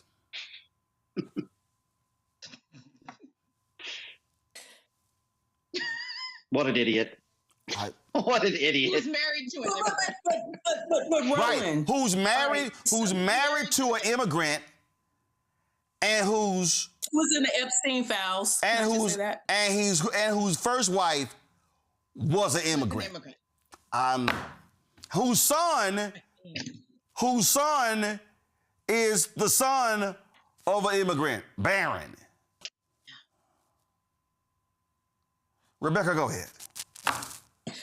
So it's interesting talking about Middle America, because listening to Cusinelli, that's an Italian surname, and being from Middle America, historically, Italians and Irish weren't treated as white people when they got to this country.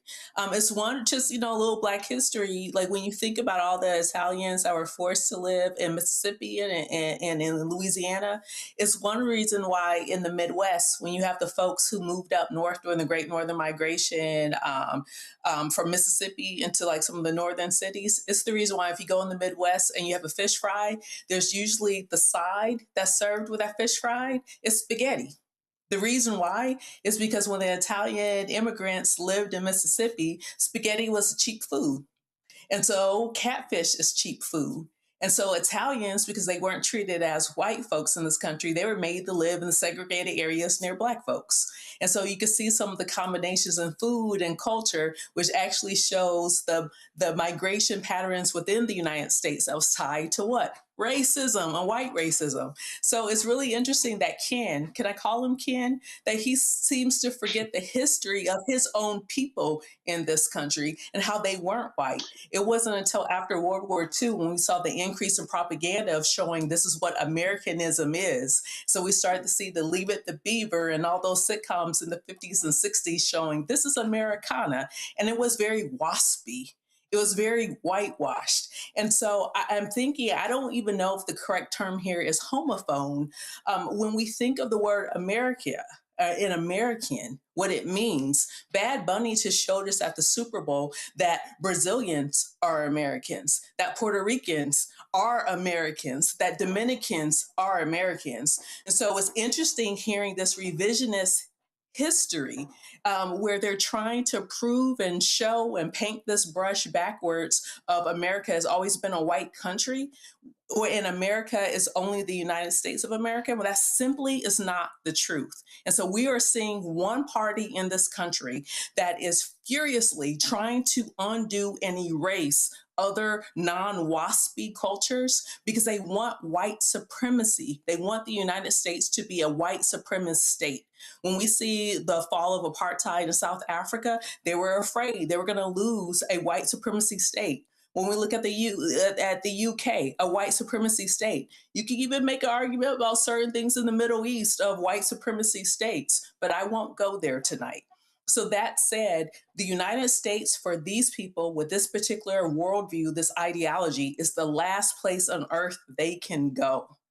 Yeah. And that's what this fight is. And so people just need to understand, I need our people to understand what is being played here. And when they begin to have these conversations, I'll make this last point. When I see somebody black go, well, they're going to be displacing us. I'm going to say this again.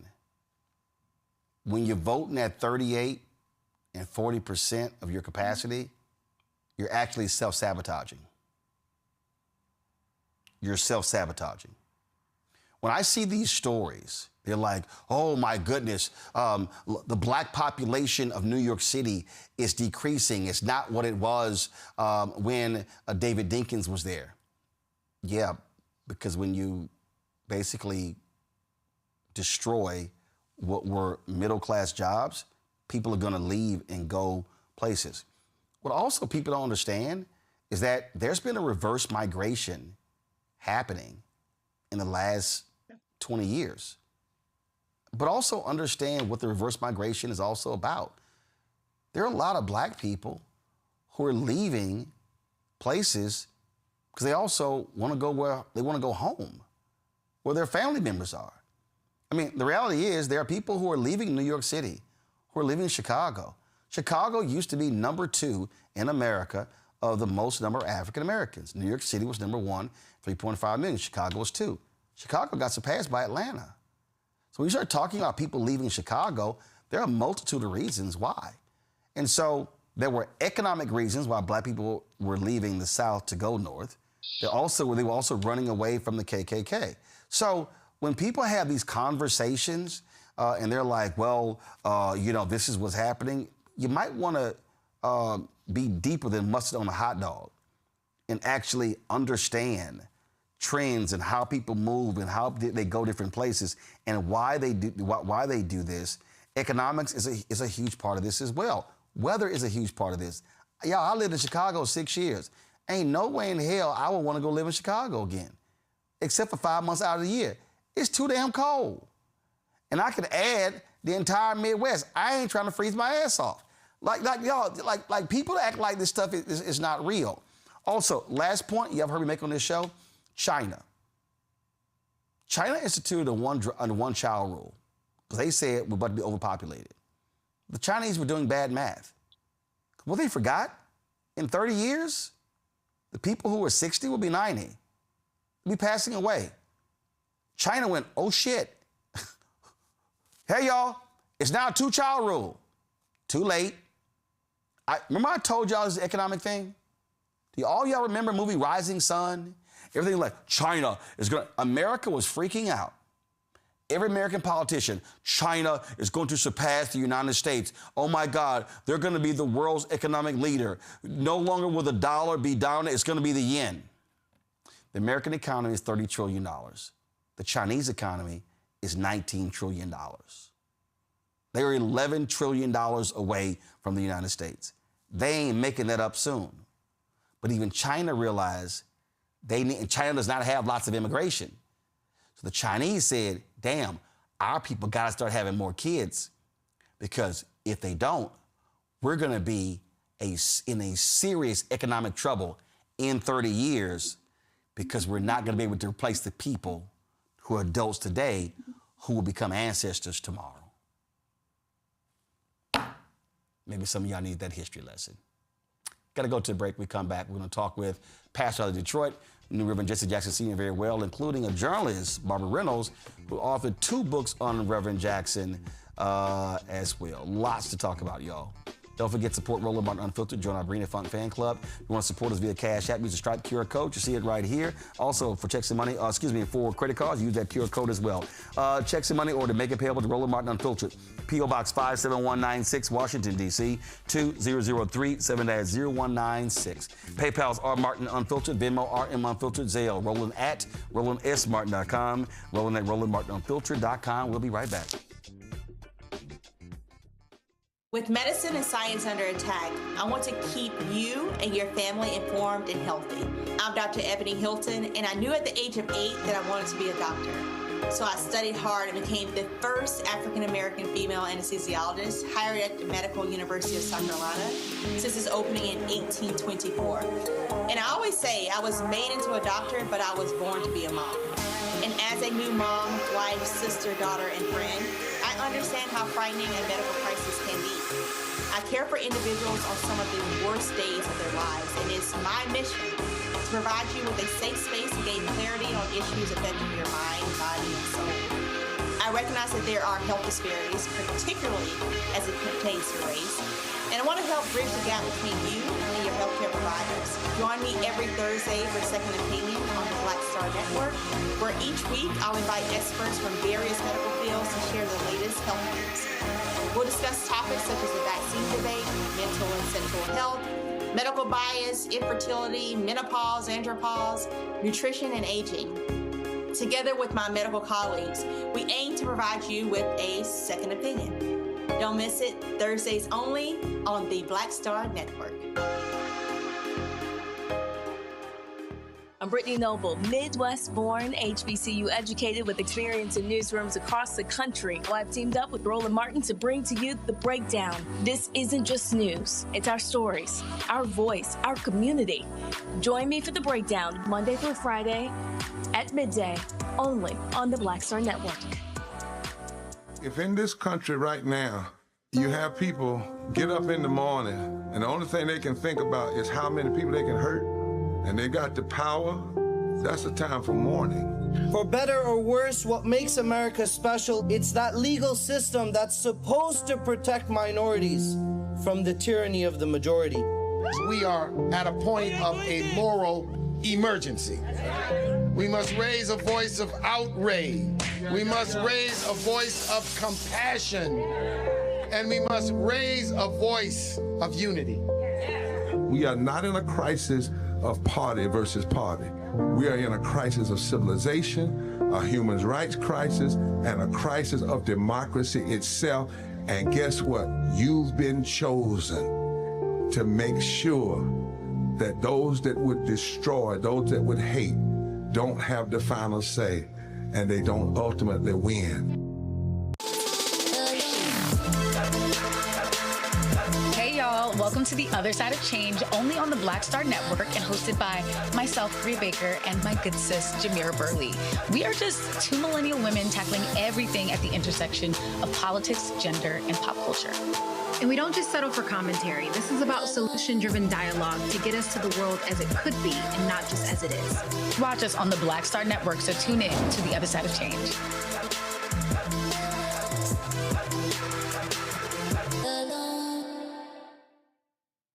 I'm Ryan Wilson, CEO and co-founder of The Gathering Spot, and you're watching Roland Martin Unfiltered on the Black Star Network.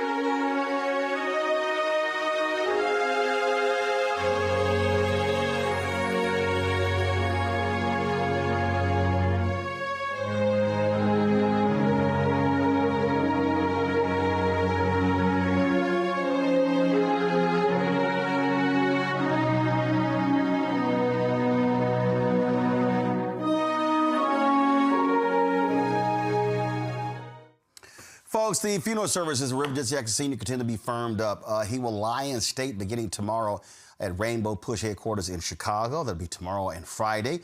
And then he'll be transported into South Carolina, where on Monday he will lie in state in the state capitol in his home state of South Carolina. We're still awaiting to find out about the details regarding Washington, D.C. But then, of course, next week, he'll be lying in state Thursday in Chicago.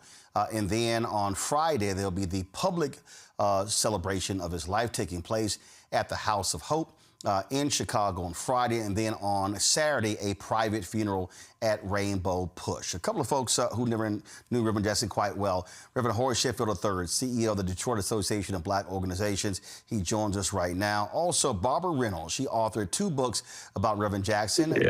Jesse Jackson, the Man, the Movement, and the Myth. And Jesse Jackson, America's David. Glad to have both of you here. I'm going to start with you, Reverend Sheffield. You knew him well. Your father knew him well. He was a significant presence there in Detroit.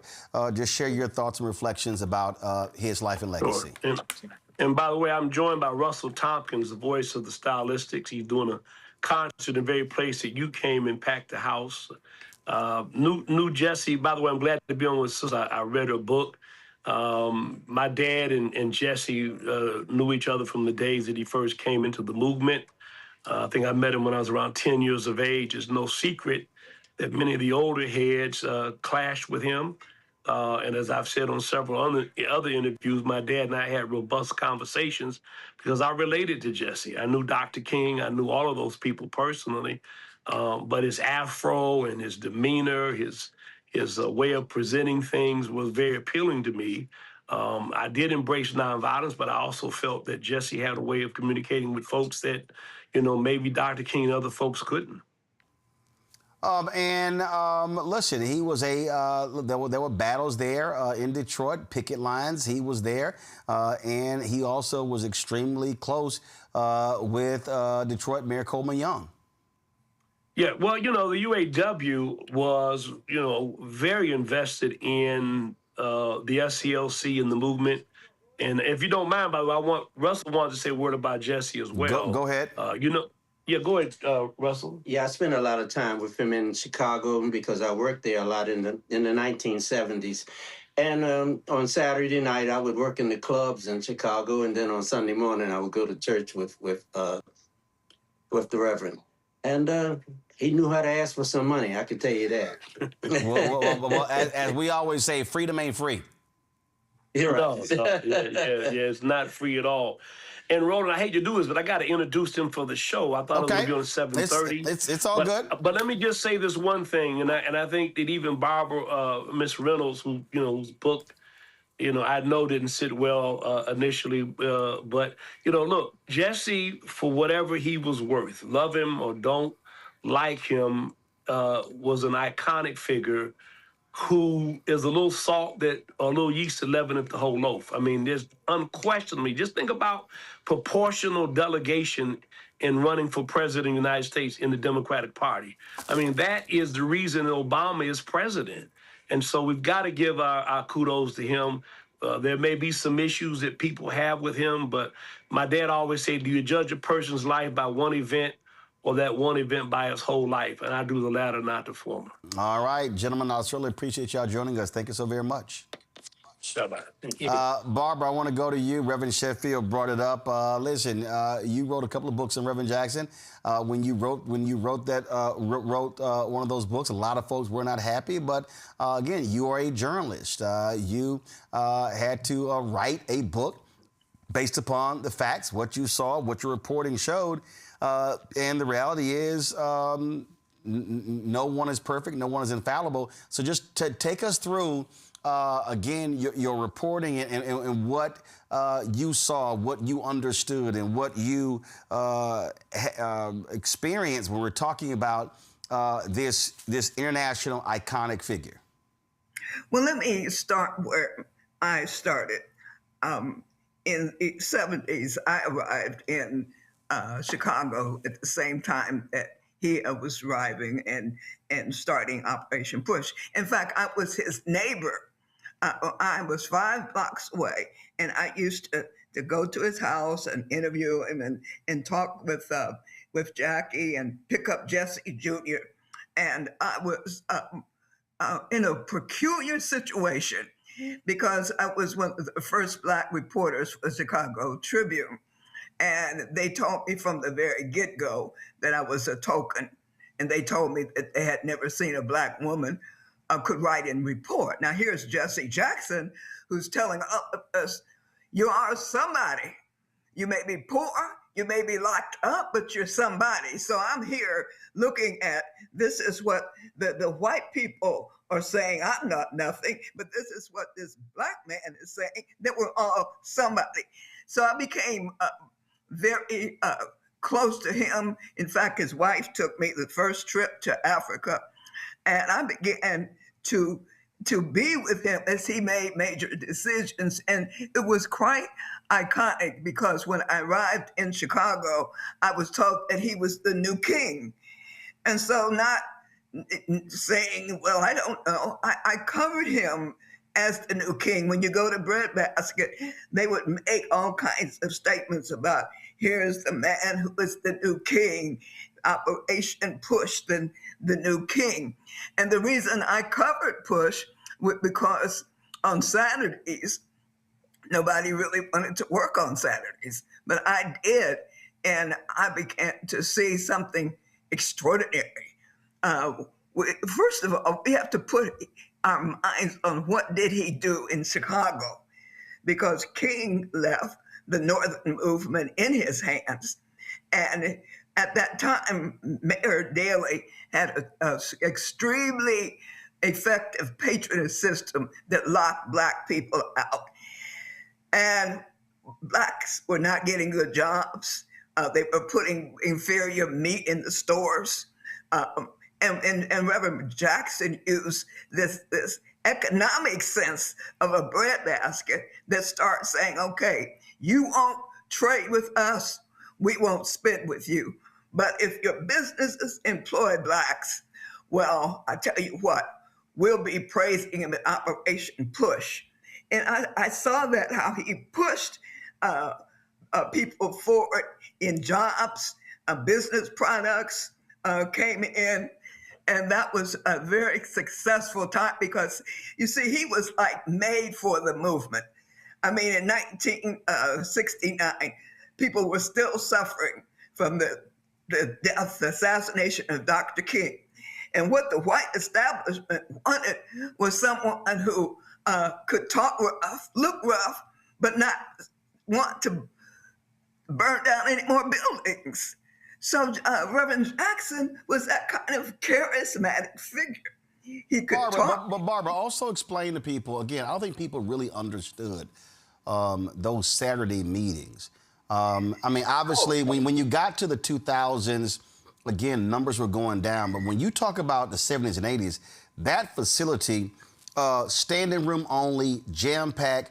If you were a black figure across the country, entertainer, actor, politician, when you came to Chicago, you had better have a Saturday stayover on your agenda, because that was the place. That was the hottest ticket in town every Saturday morning at the workshop.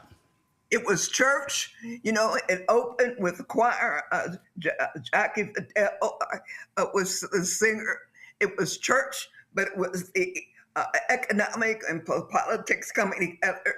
And there sometimes was so monumental. In fact, I was the first reporter on the scene when Black Panther, Fred Hampton, and Mark Clark were killed.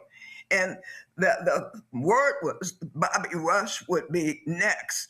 So Bobby Rush turned himself into Jesse Jackson at Operation Push so that he could be put in jail without being killed. I mean, Push became a haven. It became our place, the place to be. And that was exciting. It was successful. And what happened was many of the media people, I was covering Push, and they would say, okay, cover Push. Nobody else wants to cover Push or be out on Saturdays. But once he started making headlines, I mean, foreign leaders came to push. I mean, if you're running for anything, you came to push. He had a mantle that would cover you, that would promote you. And I saw that rise from the very beginning. And it was startling, because sometimes I was there when he would make a decision, like this black pilot, Robert Goodman, was in Syria. And it seemed like the State Department didn't care about him, wasn't trying to get him out. And so sometimes I overheard discussions, because I was sort of always hanging around. And one day he said, we ought to go get him. And it was silence, among the people in the room. Go get him. How you going to go get him? And he said, yeah, we got to go get him because the State Department doesn't care. Well, the State Department did not want Jesse Jackson to go. But see, Jackson, and I may talk a little bit about his childhood, he had a magnificent way of self-definition. He defined himself. And that, I mean, how else could you say a man who would say, I'm going to run for president and I'm going to get millions of votes, and did it, and did it effectively. Yeah, so, but these are things that I learned from him even now. That's why I'm sad as I prepare to go to Chicago, because he's gone. Look what he left with us. At a time, and this is very important, when Black people are called garbage. When the president of the States said we come from S-holes, and when from the White House you have pictures of Obama's as apes. At a time like this, we need to be speaking to the next generation that we're somebody, that we have to vote. It's our lifeline. It's our lifeblood. So we have to have passionate leaders, not just people on talk shows, head shows, but people like Reverend Jackson can get to the heart of it. And some of that is being done by Al Sharpton, who is now taking on that economic package and trying to say, we have a 1.5 or $6 billion that we have for spending power. We have to use that for our own success. And that's where Al Sharpton is taking the movement. And see, it's a continuous line. It's King talks the ball to Jackson. Jackson is moving and moving. And see, when he ran, this is, I'm gonna make a point. When Jackson ran, he said, I'm not running for president by myself. I'm running so some of you will run for sheriffs. Some of you will run for state delegations. Yep. Some will run for the White House. I'm running because I want to create a system that will go on and know we have a place in politics. And that is still here. The rainbow politician, the rainbow coalition was effectively Jesse Jackson, knowing that we couldn't make change just having the Black vote, that you had to have the farmers, you had to have the environmentalists, you had to have the feminists. And that is why, when you look and say, that's why Obama could step in there, because the ground was laid by Reverend Jesse Jackson. We still need that coalition if we're going to move. And I think, yes. Barbara, as a reporter, you saw him in many different ways. You saw him in front of the public. You saw him in private. The thing that you hear the phrase, listen, Reverend Jackson was like anybody, was a complex figure. He was somebody who understood the power of the media. He understood how to control the media. Some say manipulate the media. But what he also understood was he could not achieve what he wanted to achieve if he didn't know how to bring the cameras there. So his command of the media was absolutely impressive. It was, and you got your finger on it, because he loved the media, and the media loved him. I mean, he was a handsome man. His speeches were like, that's why I call America's David was as poetic as King David was. And he courted the media. I mean, he would make calls at 2 and 3 o'clock in the morning to somebody in the media. Are you going to cover this? Are you going to cover that? And even when he had sickle cell, I remember going to his room and to his bedroom, because at that time we could still get in the bed. That even a sickle cell that he had was the time for a press conference. And I was with him in the early 70s when he went back home to Greenfield, South Carolina. And that was the first time I saw him cry publicly, because as a child, his father was not married to his mother. His father had a family next door, but Jesse was the child that was not there at that house. He was at his mother's house. And they called him a little bastard. Some evil people, that's what they called him. But Jesse had this thing about it. But Noah Roberts, his father, claimed, he said, okay, I wasn't married, but that's still my son. But Jesse Jackson, I have to say, it had to be the Spirit of the Lord with him. Because I interviewed his teachers, and they say he would put on a suit and something and come to school, that he wanted to look important, and that if anything was going to be changed, or if a position like the student council, he wanted to be president of the school student council, so he wanted to run. And that is only, I can say, God must have done it. Because in South Carolina, I mean, you still had to walk off the street when it's dark. You couldn't be seen walking around. You could not go in stores where white people, or you were told that you were nothing.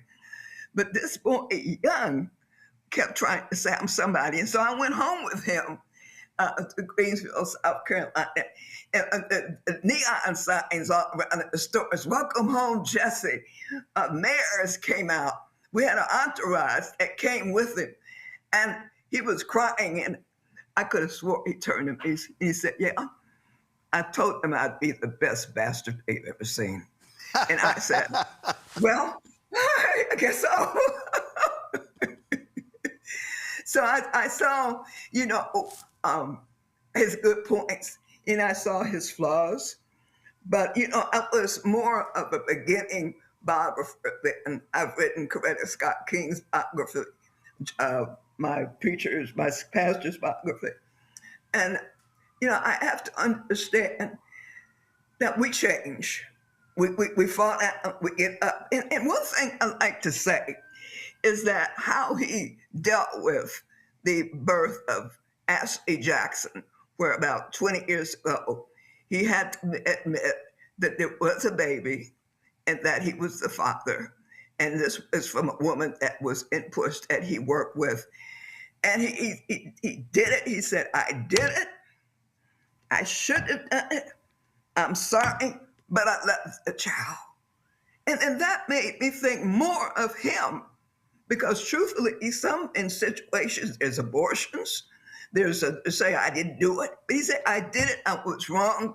And like his father before him that did not disown him, he did not disown the child.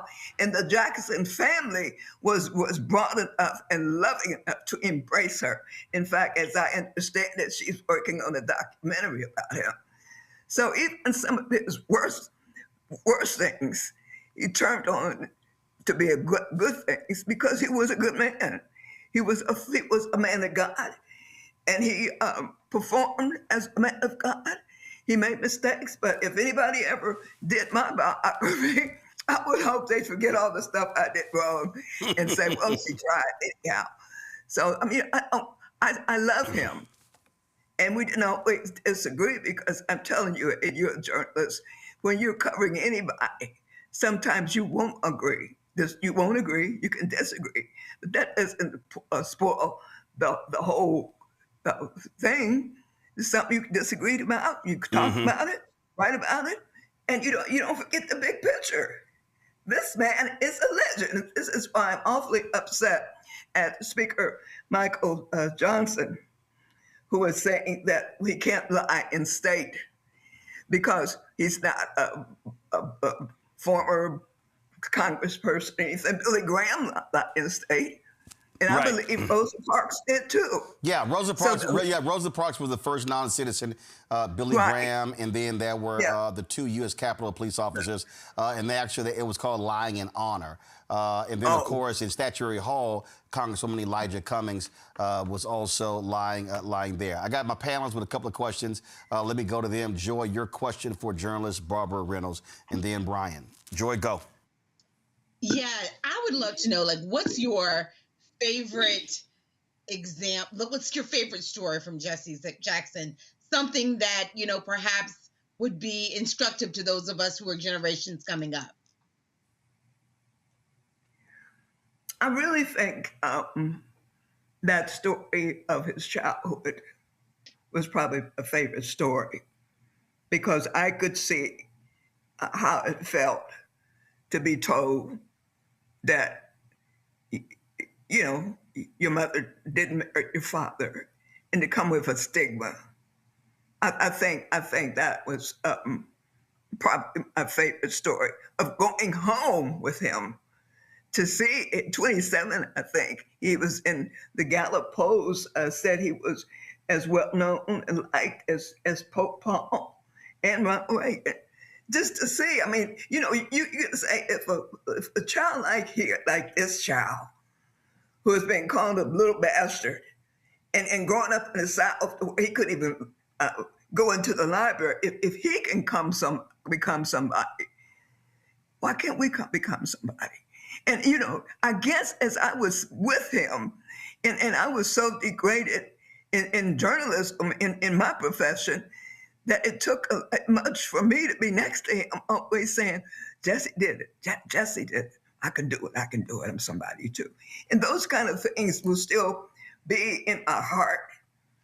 That when I wanted to leave journalism, sometimes I thought, well, I got this. I can do this. I think those kinds of stories that defeat. He did not win the presidency, but he laid the groundwork for others to run, and it was never about him. And he said that he was unselfish in putting his body on the line. So I suppose that those are the things that I think most about him. Brian. I'm wondering, who do you think Jesse Jackson would want to see be the next president of the United States, or at least run in 2028? And my second part of that question is, what was the type of feeling that Jesse Jackson had, and what did he say about minorities in this country that continue to support Donald Trump and his agenda? Like, what was his message to them, and who does he think are some of the rising stars in the Democrat Party? I guess a two-point question for you there. Well, he didn't think much about those who were not with him, because he spent so much time working for the next group. And it's hard to pick. You know, some would say King, Jeffries. There's, you know, others would say maybe even Letitia Jones. I mean, she shows such great wit and strength. But I couldn't guess which one he would say. He probably would have been right there supporting Kamala Harris, right there supporting her. But he was sort of outside the Democratic Party. He was more than the Democratic Party, because his agenda that was more progressive, that some are still trying to deal with it. So I couldn't say exactly who he would run for. I have a senior moment now, because I'm seeing my hero in Texas who might run. Can you please help me out there, Roland? You said who's running in Texas? No, yeah, she's running. You mean Congresswoman Jasmine Crockett? Yes, well, how could I forget her? I mean, she is sort of like him in a way. She's tough. She's smart. I was at Martha's Vineyard a couple months ago, and people were lined up around the block to see Jasmine Crockett. So I would think that he might support her. I can't say, but that's what I think. She's the kind of leader. But see, then again, when you look at Kamala, you have to say, I don't think she lost in the first place. I think that Musk controlling so much of the technology did something to the votes. And I think that we have better look at the technology, because this man is going to do everything he can to win. Any votes can be stolen. Anybody can be jailed. Look what he's doing now with all these troops and ICE people there. That's a setup for imprisonment. When you look around the country, they're building thousands of prisons. In fact, more money is now being spent on these prisons he's building than education. This new act, I think, Save America Act, that what we were all watching, the State of the Union, the Senate passed this bill. That means to get to vote, you might have to bring your passport or your marriage license. This is us trying a stranglehold of bringing us back to where Reverend Jackson brought us out of. Well, you made the point about, again, it was July 16, 2023. We were there in Chicago when the campaign was going on, and Vice President Kamala Harris was there to speak. When, of course, Freddie Haynes was also being installed, and so he was very much a part of these campaigns and was always quite visible. There are going to be a lot of folks traveling to Chicago. Let me go ahead and share the data again, folks. This celebration of life of Reverend Jesse Jackson Sr., he'll be lying in repose at Rainbow Push headquarters, 930 East 50th Street in Chicago, Thursday from 10 a.m. to 10 p.m., Friday, February 27th from 10 a.m. to 10 p.m. More details, go to jessejacksonlegacy.com. And then they have on, so when you look at the schedule, give me 1 second. First of all, they have the Rainbow Push alumni going to have their own gathering at 7 p.m. on Thursday, March 5th at the Rainbow Push Community Room. That's taking place there. Reverend Jackson was also a member of Omega Psi Phi, and they're having their Omega service for him, and that's taking place on Thursday, March 5th as well. You see the QR code there. Scan to register, and it says that all Omegas that want to attend, they must attend a mandatory planning session via Zoom on Monday, March 2nd at 7 p.m. Eastern. So lots and lots of things are going to be happening. Everything begins tomorrow, and so it's going to be about a 9-day celebration beginning tomorrow in Chicago and then going to St. Louis, coming back to Washington, D.C., and then culminating in Chicago. We will be there on the ground in Chicago next week covering all of it. Barbara Reynolds, we appreciate it. Thanks a lot. Can I say one thing? If you want to contact me, contact me at Reynew, REYNEW77 @gmail.com. All and right. Thank you so much, Roland. I do appreciate this conversation with you. All right. I appreciate it. Thank you so very much. Thanks a lot. Folks, that is it for us. Let me thank Rebecca had to leave early. Let me thank Joy. Let me thank Brian. Brian's first time here on the show. I did his show. So first time having you, Brian. Looking forward to having you back. Thanks a lot. Yeah, thanks, Roland. I really appreciate you and all the times you've done my show. It's a pleasure to be on with you guys and happy to do it again anytime. Thank you so much. All right. Thank you so very much. All right, folks, that's it for us. Tomorrow, I will be broadcasting from Los Angeles, heading there for the NAACP Image Awards. So I'll be attending the various events there. So look forward to that. Don't forget, support the work that we do by joining our Bring the Funk fan club. Again, our support, we have 37,179 donors. And so we're approaching 40,000. Let's make that happen. Get your name on the list. If you want to contribute via Cash App, use the Stripe QR code. You see it right here. You can also use that for credit cards as well. Checks and money order, make it payable to Roland Martin Unfiltered, P.O. Box 57196, Washington, D.C., 20037-0196. PayPal, R. Martin Unfiltered, Venmo, RM Unfiltered, Zelle, Roland at RolandSMartin.com, Roland at RolandMartinUnfiltered.com. Download the Black Star Network app, Apple phone, Android phone, Apple TV, Android TV, Roku, Amazon Fire TV, Xbox One, Samsung Smart TV. Also, of course, be sure to go to shopblackstarnetwork.com for our Roland Martin Unfiltered Black Star Network swag. Get our T-shirts, get our mugs, wall art, all that good stuff. Also, support the Black-owned companies that support this network. If you go to our marketplace at shopblackstarnetwork.com, all the items you see right here on this table in our control room, all those items, all those are Black-owned companies. And so whether it's tissue, toilet paper, we've got backpacks, crossword puzzles, all sorts of stuff. Go to, again, shopblackstarnetwork.com. Also, don't forget to download the app fan base as well. All right, folks, I'll see y'all tomorrow right here, Roland Martin Unfiltered on the Black Star Network. Holla!